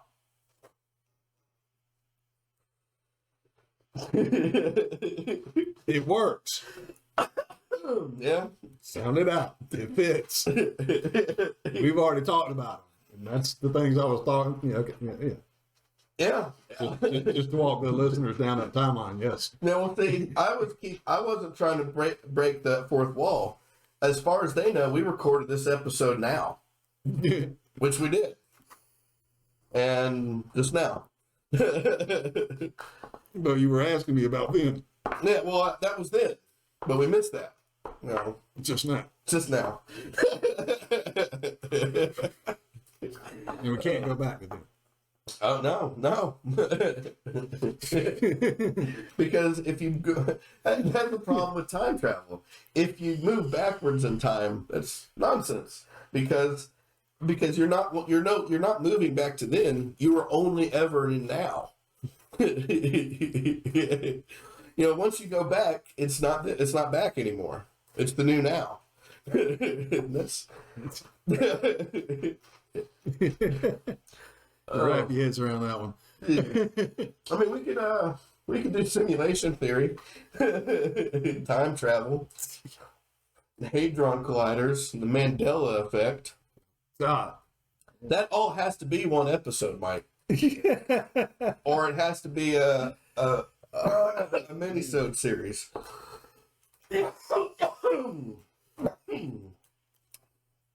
Oh, man. There ain't no way we're going to fit all that in one episode. No fucking way. So we could do Hadron Collider. Well, hold on. How would I guess we could do Hadron Collider as the second part, and the Mandela effect, and we could do time travel and basic multiverse, including simulation theory. We could do that as the first part. We had this. Then we broke it, and now we have these. Interesting. I like the timeline. We could probably do something like that. Oh yeah. All right. Cool. Well, then, so what we'll do is we'll do that first part episode about time travel and the multiverse and what have you, and then we'll do our voter topic, which would be Area 51 in Roswell, and then we'll do Hadron and Mandela. Sounds like a plan, folks. Fuck yeah. That's what you got coming in store for you, because, we ain't seen no comments telling us any better ideas. Yeah, I ain't seen not near one. Somebody's been sitting here watching us silently in the bushes, like a certain saint, waiting for one of us to sell our daughter.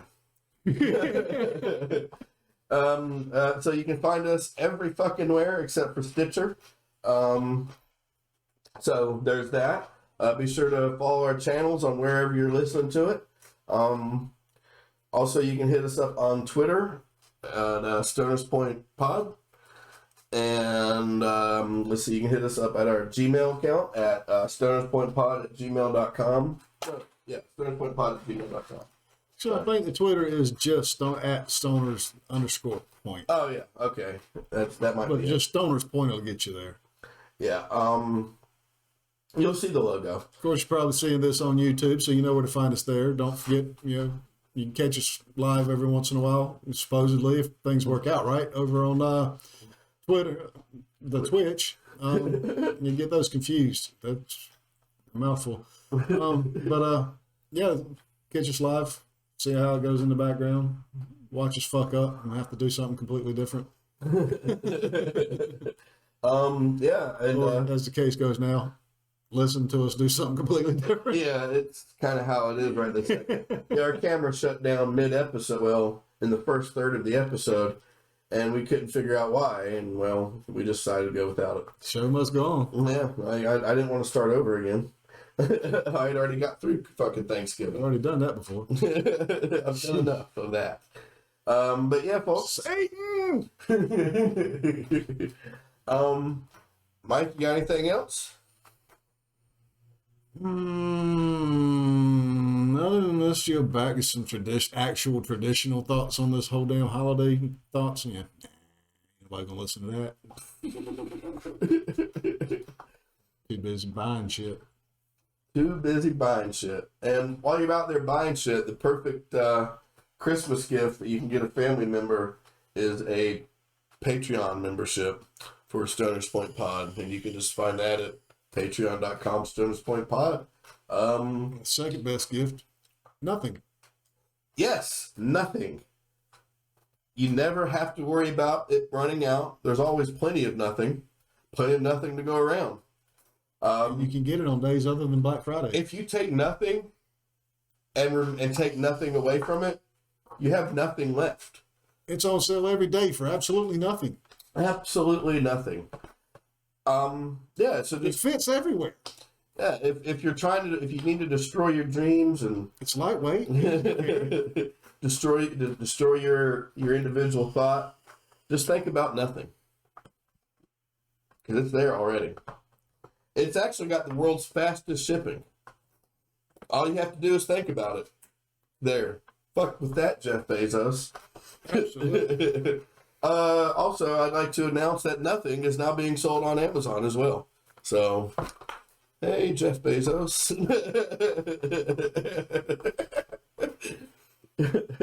All right, guys. Well, I guess that's about it. So, until next time, fuck around and find out.